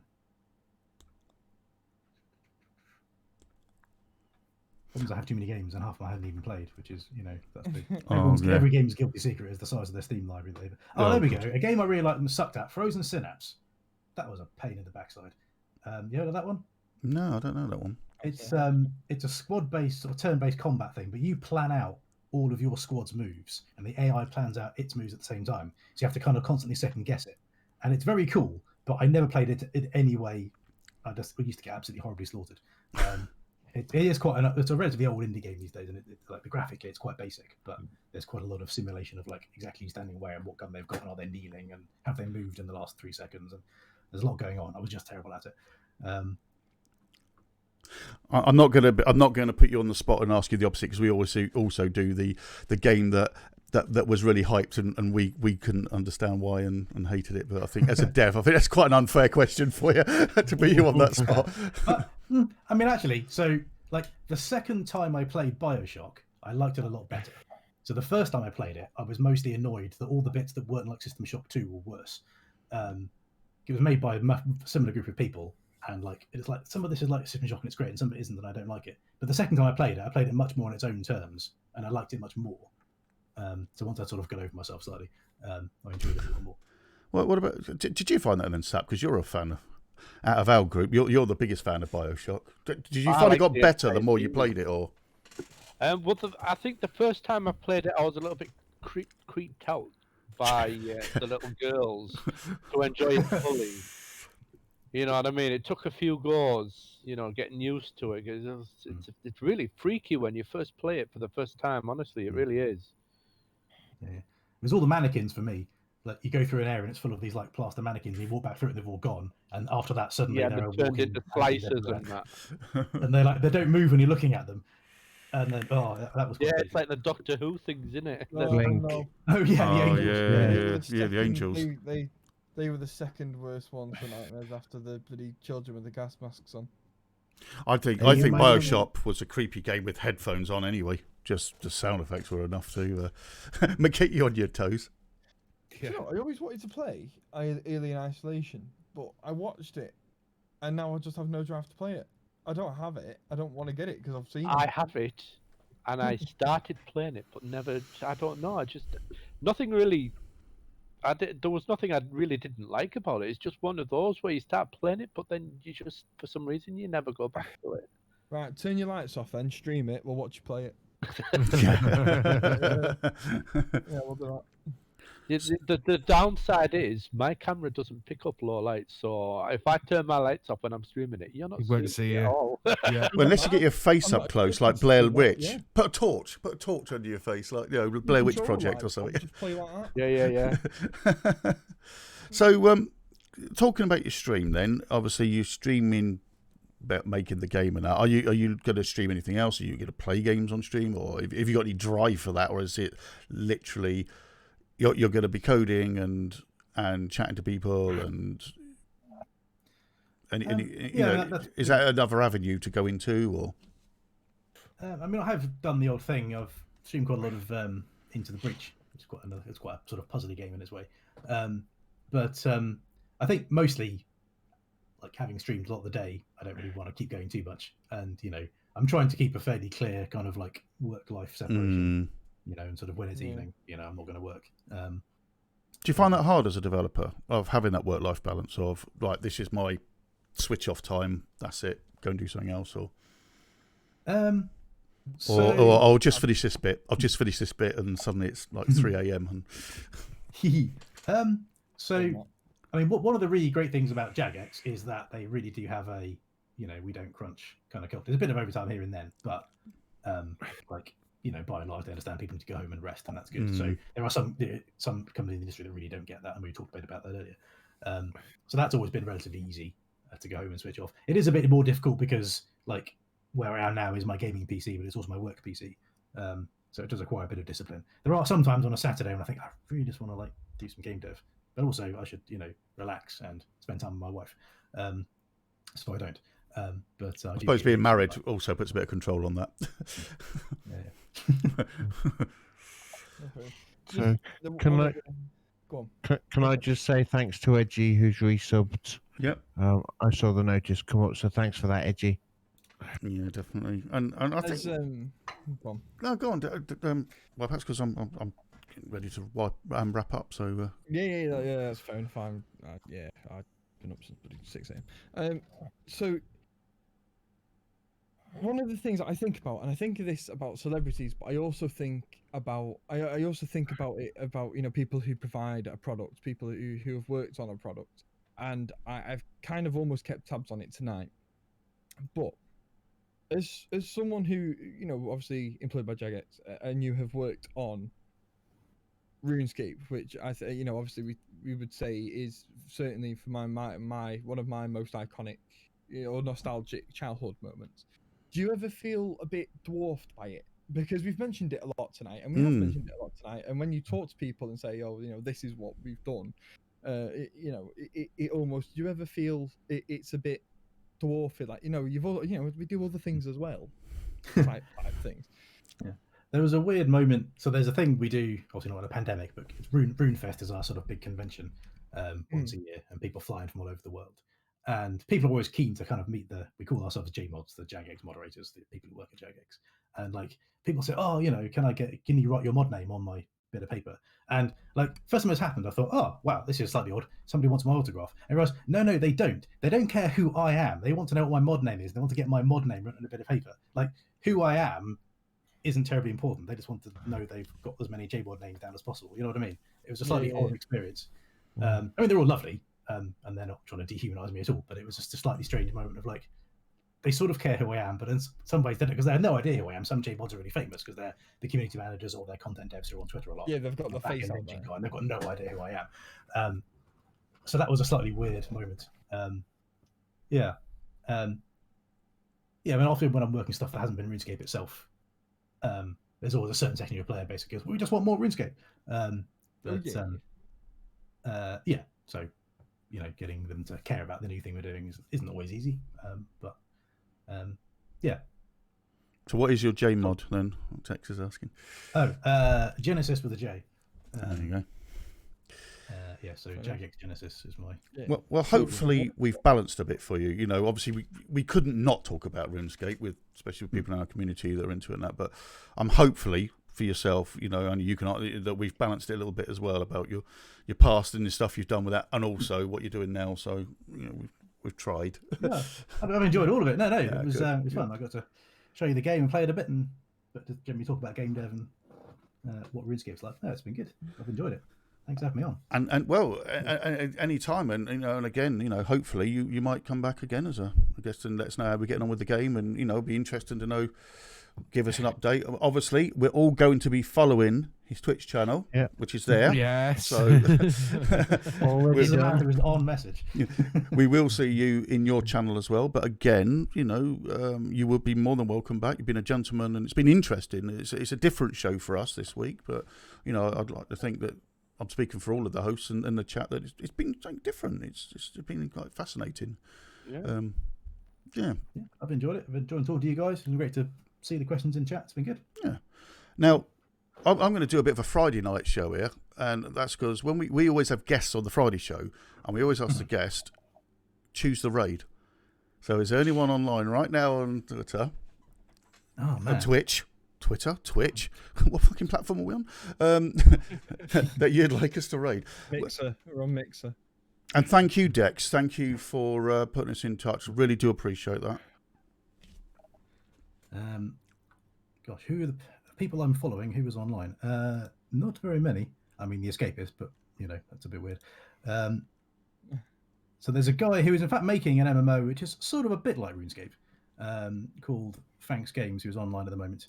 But he's doing it, as far as I can tell, pretty much all himself. Called Ether. I've only watched his stream a couple of times, but of all the people I'm following, he's the only one who's online. So sure. Raid him and see how he's getting on. Would you mind typing his name into the chat, please, just so I can copy and paste it in as a raid? Just one more, just doing that. It's been absolutely fantastic to see your indie work, see what you're doing, and I can't wait to hear. We'll arrange to get something sorted out when if you choose to come back on, and I'm sure I speak for everybody. We sure as hell hope you do. And I can't wait to see how it progresses. I've now got it on my Steam wish list. Yeah, I'm going to do the same. I'll be picking it up because I definitely want to try and wrap my head around it because I still don't understand it. See, things I know I'm very good at, but things I don't, I'm going to have to sit and detail. So put some thought into it. Yeah, absolutely. Yeah. It's not hard to be quick for me. Oh man, I pressed the link and I got moderated. Oh, sorry. Oh God, hold on. Oh bloody hell. You should be able to see moderated messages. Yeah, I can. 1 second. Let me click your name and. Oh God, I'm not in mod mode. 1 second. There you go. I've done it. Oh, have you untimed? No, I've Oh, you've posted it. Great, thank you. Yeah, but I also want there it is. Yeah. I'm not a mod, so I can't untime, but I know that the mods are in. That's fine. Let me okay, do that 4 now. minutes and 24 seconds, I'll be fine. Yeah, no, I'll just... Where are you? Where are you? You're a different colour. And... Hopefully it goes really well for you, and I definitely hope to see you back on the show, and we'll sit and we'll talk about it, and you can storyline it. Looking forward to it. Definitely. Untime out. There we go. There's the button. I should have. I don't know why my browser wasn't in mod mode. But what I can do as well, if you've got another link you want to put in, I can just do that. So there. God, what have I just unpermitted? Justin Fab 123. Now's your moment. Yeah, now's your moment to spam the shit out of this channel. I reckon that's an old command from when it was just in TV. Do you reckon that's an old default? From possibly. Possibly. There you go. There's a quick one last question from Jelly Bean. What's it like working with amateurs? I think he means us. You've been consummate professionals. I don't know what you mean. Professionals. I've lost that bloody raid I've just now. put in my Twitter, so if you see SideQuest Ninja, that's the name of my sort of one-man studio. Yeah, that's something else you might want to follow. But no, this has been good. I've enjoyed myself. Yes, absolutely. And I need to find that person's name again now because all your bloody messages. Could you type it again? Sorry, the raid. Oh, because it deleted all your messages. I was like, I think it was that. Is that spelled right? I will quickly check. Yeah, that's spelled right. Right, cool. Right, okay. I'm gonna start this raid. And you've been an absolute gentleman, and thank you very much for coming to join us. Anytime. Look forward to. Oh, I don't have permission. What channel am I in? This is for the record that both his channels, and he's not. He's Who am I in as? Why are you not? Are you in as Red Mozzie or are you in as the Untitled Yeah, Network? but Red Mozzie is a mod in No, this but you channel. need to be an editor. Oh, fuck. You need to be an editor to start a raid. Oh, so I You're haven't going made to be- myself an editor of my own fucking channel. Hey, there you go. There we go. Well, I'll use OBS and do it that way then. That would help, wouldn't it? And to be honest with you, I need to make you guys mods. Actually, that would make life a lot easier. Anyway, yes, thank you very very much. And when we go into the raid, please stay around for the raid chat. Please let them know that who we are, what we did, and the fact that Tarrenam chose the raid. So he sent us all there. And I'm going to bid you all farewell. So good night from Captain Jagex. Good night. Good night from DXG Wipeouts. Good night, everybody. Good night from Irascible Sap. Night. This is going on forever tonight. Good night from KTL Rob Powell. Good night, everybody. And finally, a good night from Tarrenam. Good night. And thanks again. Good night, everybody. Good night, John Boy. Good night, Mary Ellen.